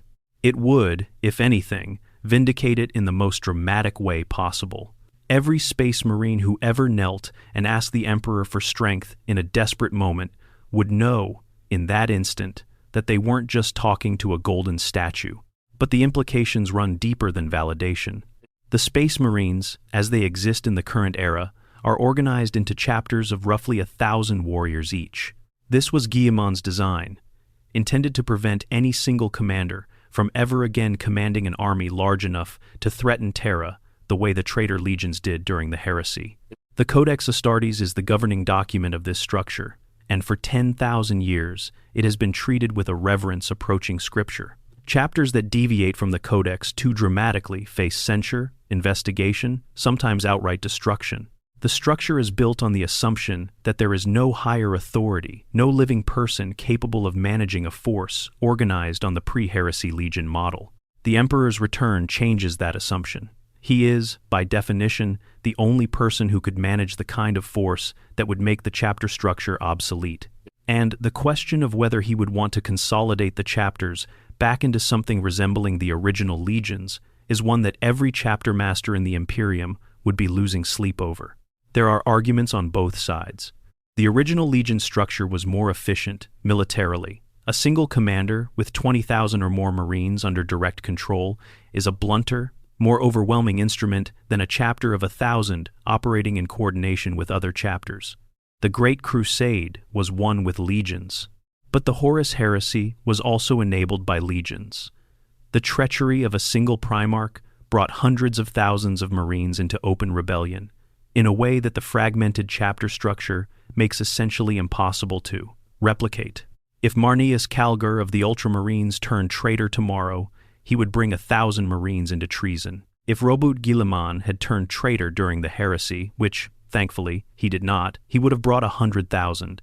The Emperor might look at both sides of this argument with new eyes. The legion structure he created was a tool for a specific job, the Great Crusade.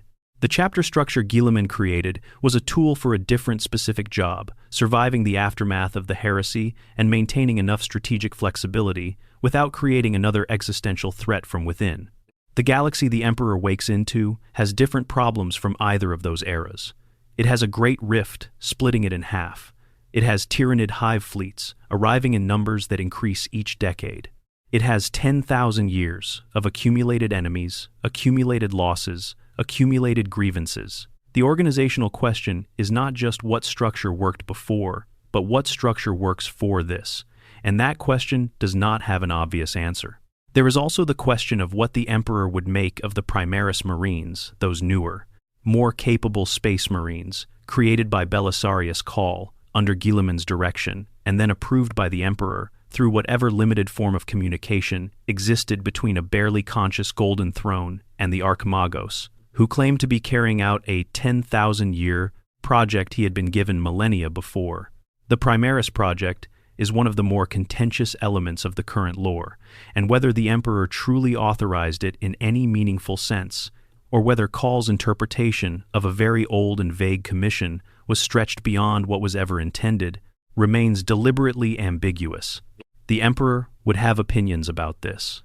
Whether those opinions would align with Cawl's self-assessment as an authorized agent of the Emperor's will, or whether the Emperor would look at what Cawl had done and see a tech priest who had used a loose mandate to remake a fundamental institution of the Imperium in ways that served Cawl's vision of what Space Marines should be.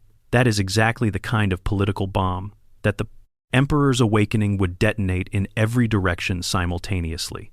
What is not in question is that the Space Marines' fundamental identity would be transformed by the Emperor's return. Every one of the founding stories, the chapter cults, the devotional practices, the way a new recruit is told about who the Emperor is and what he means and why they are dedicating their superhuman existence to his name, all of it would have to be revisited in the light of actually having the Emperor around to ask. For some chapters, the answer they got from him would align beautifully with what they had always believed. For others, the answers might be deeply uncomfortable. The Space Wolves, who have developed a culture entirely their own over 10 millennia, might find that the Emperor has thoughts about the direction they've taken. The Dark Angels, haunted by the secret of the Fallen and the events of the Horus Heresy, that they have spent 10,000 years concealing the Emperor's return, might force a reckoning with that secret that the Rock has always been able to defer. The Black Templars, whose faith in the Emperor is arguably the most intensely religious of any chapter in the setting, would face the particular challenge of maintaining the same fervent conviction in the presence of the actual person they had always prayed to. Devotion at a distance is easier than devotion face-to-face. The Emperor in person was never an easy person to be around. Bonus section. Terra itself would be unrecognizable. The planet that the Emperor would step out onto, if he stepped out onto it at all, is not the world he last walked. Terra, at the time of the Unification Wars, was already ancient and scarred, its oceans mostly drained, its surface covered with the accumulated detritus of thousands of years of human habitation and war. By the time of the Horus Heresy, it was already the most heavily built-over planet in the Imperium, its surface covered from pole to pole with the sprawling, layered city that had grown up around the Imperial Palace. By the 42nd millennium, after 10,000 additional years of being the most important planet in the known universe, Terra is something else entirely.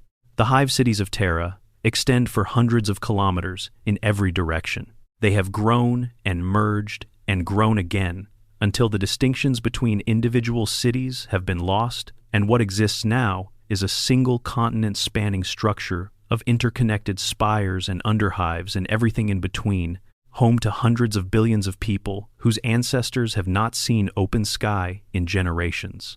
The Imperial Palace itself has grown to encompass entire mountain ranges, its outermost walls extending to encompass what was once the whole of Europe, its internal geography so complex that teams of dedicated guides are employed solely to navigate between specific destinations within it. The rivers and oceans are long gone, replaced with industrial drainage systems and the infrastructure of a world devoted entirely to administration and production and pilgrimage.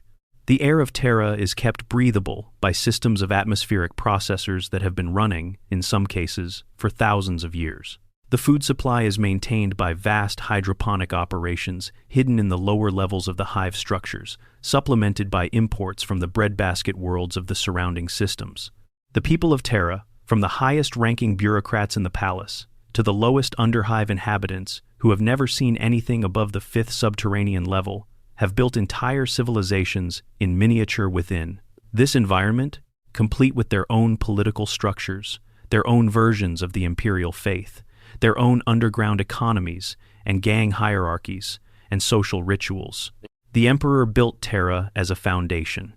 It has become, in his absence, a monument to his absence more than to his presence. Every pilgrim who comes to Terra, every religious ceremony performed in his name in the 10,000 temples that crowd the approaches to the imperial palace, all of it is organized around the fact of his not being there. The entire spiritual ecosystem of Terra is calibrated to cope with his silence. His return would not just change the politics, it would change what every person on this world did with their life. The underhive gangs that control much of Terra's lower levels would suddenly find themselves on the most significant planet in the history of the universe during the most significant event in that history. The bureaucrats who have spent their entire careers managing the filing systems and administrative procedures of the Adeptus Terra would suddenly find that the person in whose name those procedures were developed was available for direct consultation. The pilgrims, arriving from every corner of the Imperium to pray at the walls of the imperial palace, pilgrims who, in many cases, have saved for decades, crossed half the galaxy, given up everything they had to make this journey, would arrive at their destination and find it almost unimaginably different from what they had come expecting. How the ordinary people of the Imperium process the return of their god is perhaps the most underexplored aspect of this scenario. The political ramifications get most of the attention, the High Lords, the ecclesiarchy, the military implications, but the psychological and spiritual impact on the trillion-plus individuals who make up the Imperium's population would be enormous and not entirely positive in every case. Faith in the absence of evidence is one kind of spiritual commitment. Faith in the presence of evidence is a different thing, more empirically grounded, but also more exposed to the personality and decisions of the actual being you're now dealing with. The Emperor, as a person rather than an icon, would inevitably disappoint some expectations while meeting others, and the process of working out which expectations survived contact with reality would be the defining spiritual project of an entire generation. Bonus section: the long game of recovery. Let's end this particular thread of speculation by thinking about what happens not in the immediate aftermath of the Emperor's awakening, but in the decades and centuries that follow. Because the Emperor, even fully restored to some version of his former power, cannot solve the Imperium's problems in a day. Some of them cannot be solved in a century. Some of them cannot be solved at all, only managed, only held at bay through continuous effort. The Great Rift is not going to close just because the Emperor is awake. The cicatrix maledictum that tear across the face of the galaxy, product of 10,000 years of chaos corruption, culminating in the fall of Cadia, is a wound in the structure of reality so profound that even the Emperor's psychic power would not simply seal it. It might, over time, be possible to work on it, to strengthen the Astronomicon to the point where it can push back against the Rift's disruption, to find ways to stabilize the worst of the warp storms that feed into it, to rebuild, world by world and system by system, the network of Blackstone fortresses and psychic amplifiers that once helped maintain the barrier between the warp and real space. None of this is quick. None of it is guaranteed. All of it requires sustained effort over timescales that test the patience of beings who live normal human lifespans, and the Emperor, whatever else he is, has never been short on patience when the goal was significant enough. The Tyranid threat is also not going away. The hive fleets that have already entered the galaxy, Behemoth, Kraken, Leviathan, the others, have consumed enormous amounts of biomass and will continue to. More hive fleets are coming. The hive mind has been aware of the galaxy's presence for long enough that the initial probes have become something more systematic, and the scale of what is out there, waiting in the dark between galaxies for the opportunity to come, has been hinted at in the lore, in ways that are genuinely disturbing, even by 40,000 standards. The Emperor's return would give humanity better tools to fight this threat, a better coordinated Imperium, a more effective military, potentially access to technologies that have been suppressed or lost. But the Tyranids are not a problem that can be solved by any single being's awakening. They require cooperation on a scale that the Imperium has historically been very bad at, and building that cooperation, even with a living Emperor to direct it, would be the work of generations. The returning Primarchs, those who are coming back and those who might eventually come back, each carry their own part of the solution and their own part of the problem. Gilliman is already doing the work of restoration. Lyon L. Johnson, returned in the current lore to his own chapter's Fortress Monastery, is dealing with the legacy of the Dark Angel's secrets. Russ is out there somewhere. Vulcan lives. Each of these figures represents enormous capacity, military, political, organizational, that is desperately needed. Each also represents a personality that has not had to work within a functioning hierarchy for 10,000 years. And the process of these enormous, independent, godlike figures learning to function as subordinates again, or learning that they don't have to be subordinates, that the relationship between the Emperor and his sons can be something other than creator and tool, would itself be one of the great stories of the post-awakening era. The Emperor's original plan always extended further than the Great Crusade. His vision was not just to unite humanity, but to guide it through its next evolutionary stage, to shepherd a species that was only beginning to develop its psychic potential through the transition that psychic development represents, without that transition being exploited by the Chaos Gods, or ending in the kind of catastrophe that befell the Eldar. This goal is still relevant, more relevant perhaps than ever, given that the psychic awakening has accelerated the rate at which new psychers are emerging across human space. The infrastructure for dealing with this, the black ships, the soul-binding process, the Scholastica Psychana, was always a stopgap. The actual solution, the one the Emperor was building toward before everything went wrong, requires something more fundamental. It requires a humanity that understands what it is becoming and has the philosophical and practical framework to become it safely. Building that framework that is the real Emperor's work, not the wars, not the politics, not even the theology. The work of a being who has existed for nearly 50,000 years, who has seen the shape of humanity's potential and has spent half of human recorded history trying to protect that potential from destruction, who has failed and succeeded and failed again in ways that would have broken any ordinary mind. The work is to make something better out of what exists now, not perfect. Not the dream of the Great Crusade in its full idealistic form, but better. Meaningfully, honestly, sustainably better than what it has been. That is what the Emperor returning to consciousness means, in the end. Not victory, not the end of the endless war, not the defeat of the Chaos Gods, or the banishment of the Tyranids, or the healing of the Great Rift in some single triumphant act.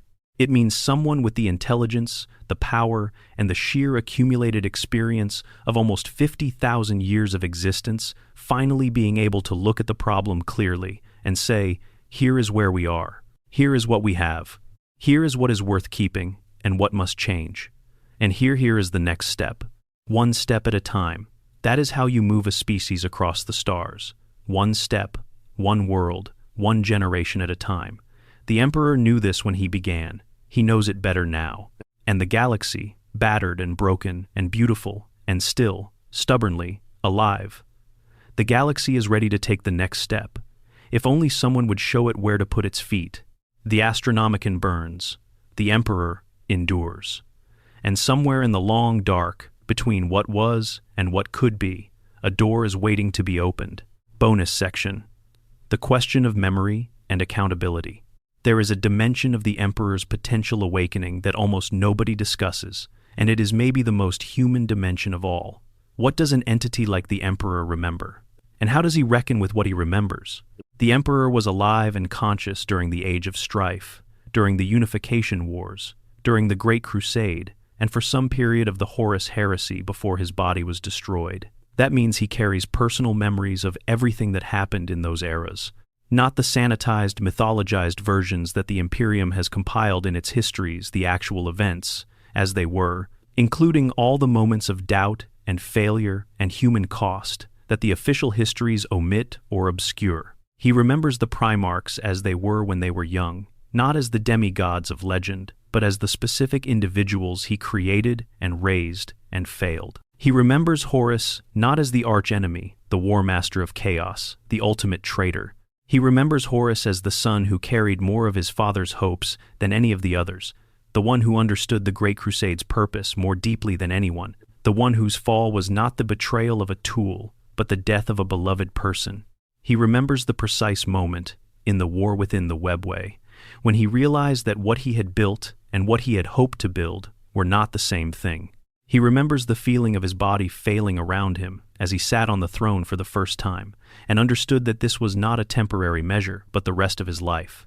He remembers the faces of the people he killed, the cultures he destroyed, the compromises he made that he knew at the time were wrong, and made anyway, because the calculus of species survival leaves very little room for individual ethical clarity.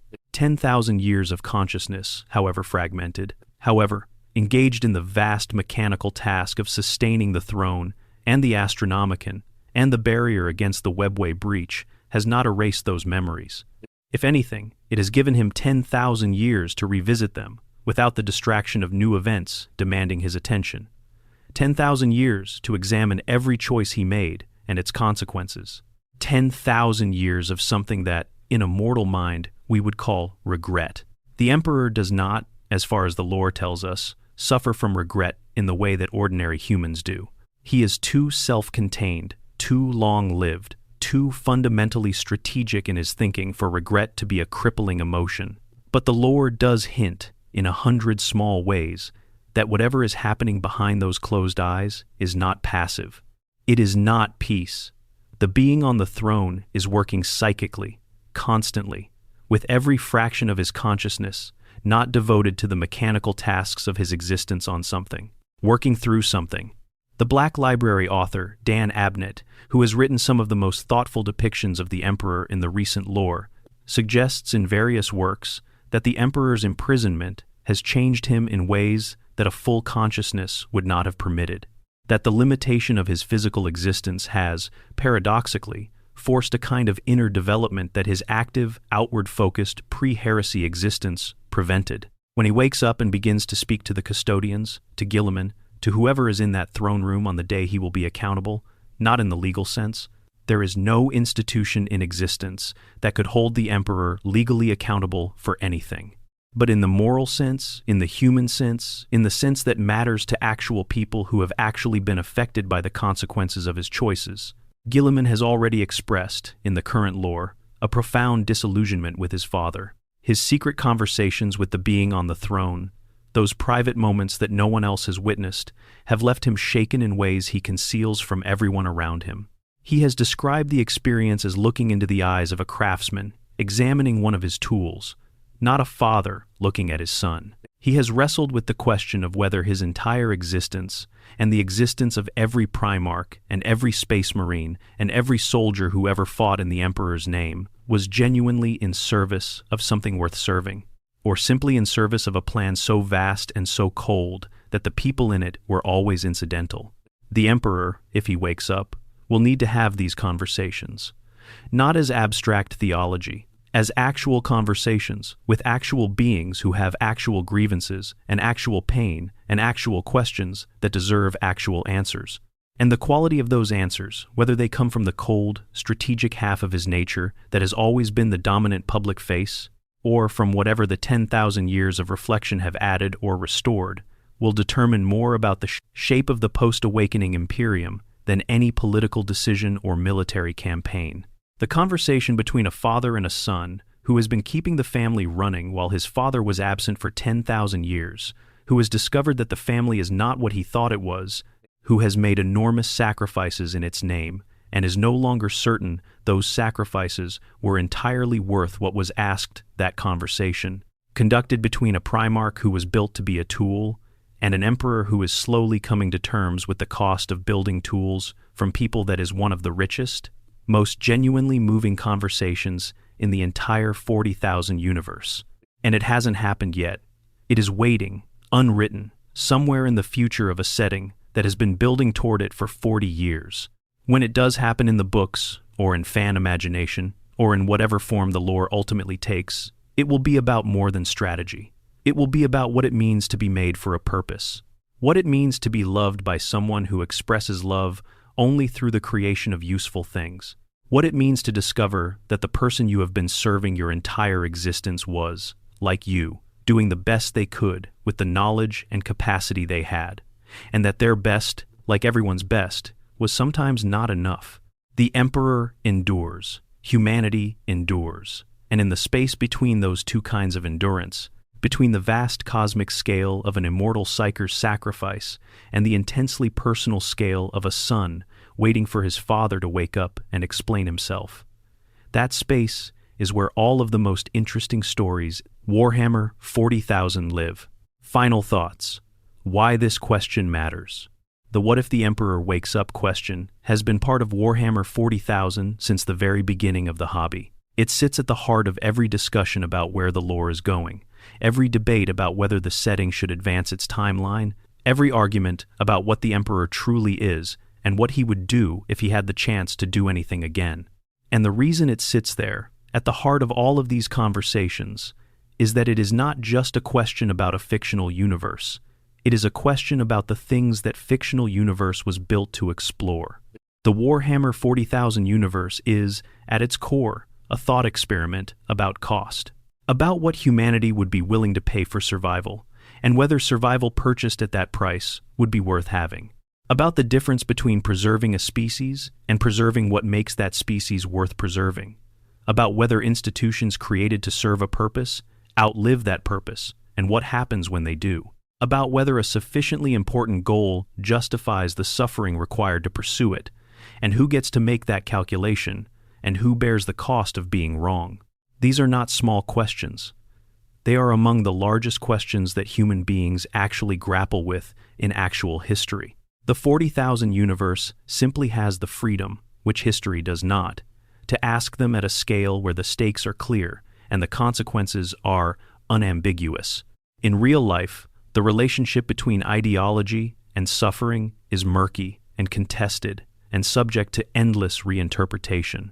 In the Imperium, the cost is written in the sacrifice of 1,000 psykers per day, in the burning of worlds declared heretical, in the faces of billions of citizens who live in conditions that their god, if he were awake and paying attention, would find intolerable.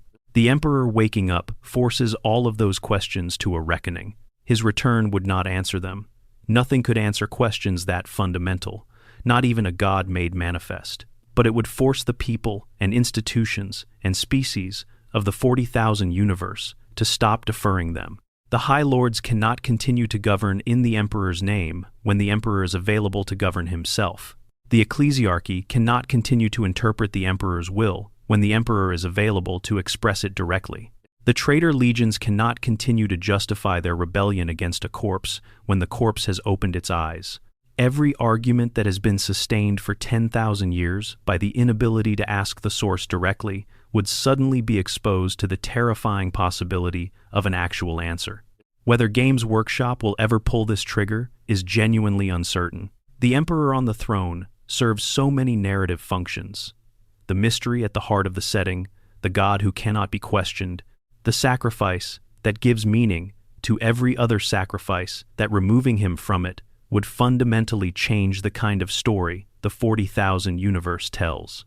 It would move from a universe of endless, grinding, meaningful stasis towards something more dynamic, more hopeful, more capable of resolution.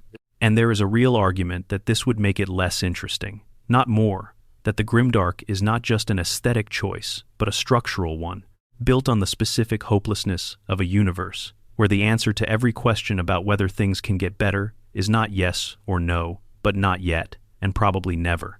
But there is also the argument that stories need not just conflict, but the possibility of change. That 10,000 years of stasis is long enough. That the most interesting story the 40,000 universe has left to tell is not another 1,000 years of hive fleets and black crusades and tyrannid incursions, but the one that has been waiting in the wings since the setting's creation, the story of what happens when the man on the throne opens his eyes, and the galaxy has to decide what it wants to do next. In the grim darkness of the far future, there is only war. But in the grim darkness of a very specific moment, somewhere beneath the imperial palace of Holy Terra, there is also the possibility of something else. A breath, a heartbeat, a presence behind those golden eyes that has been waiting and thinking and hoping in its own terrible way for exactly this moment. The Emperor endures. The question is, what does he endure toward?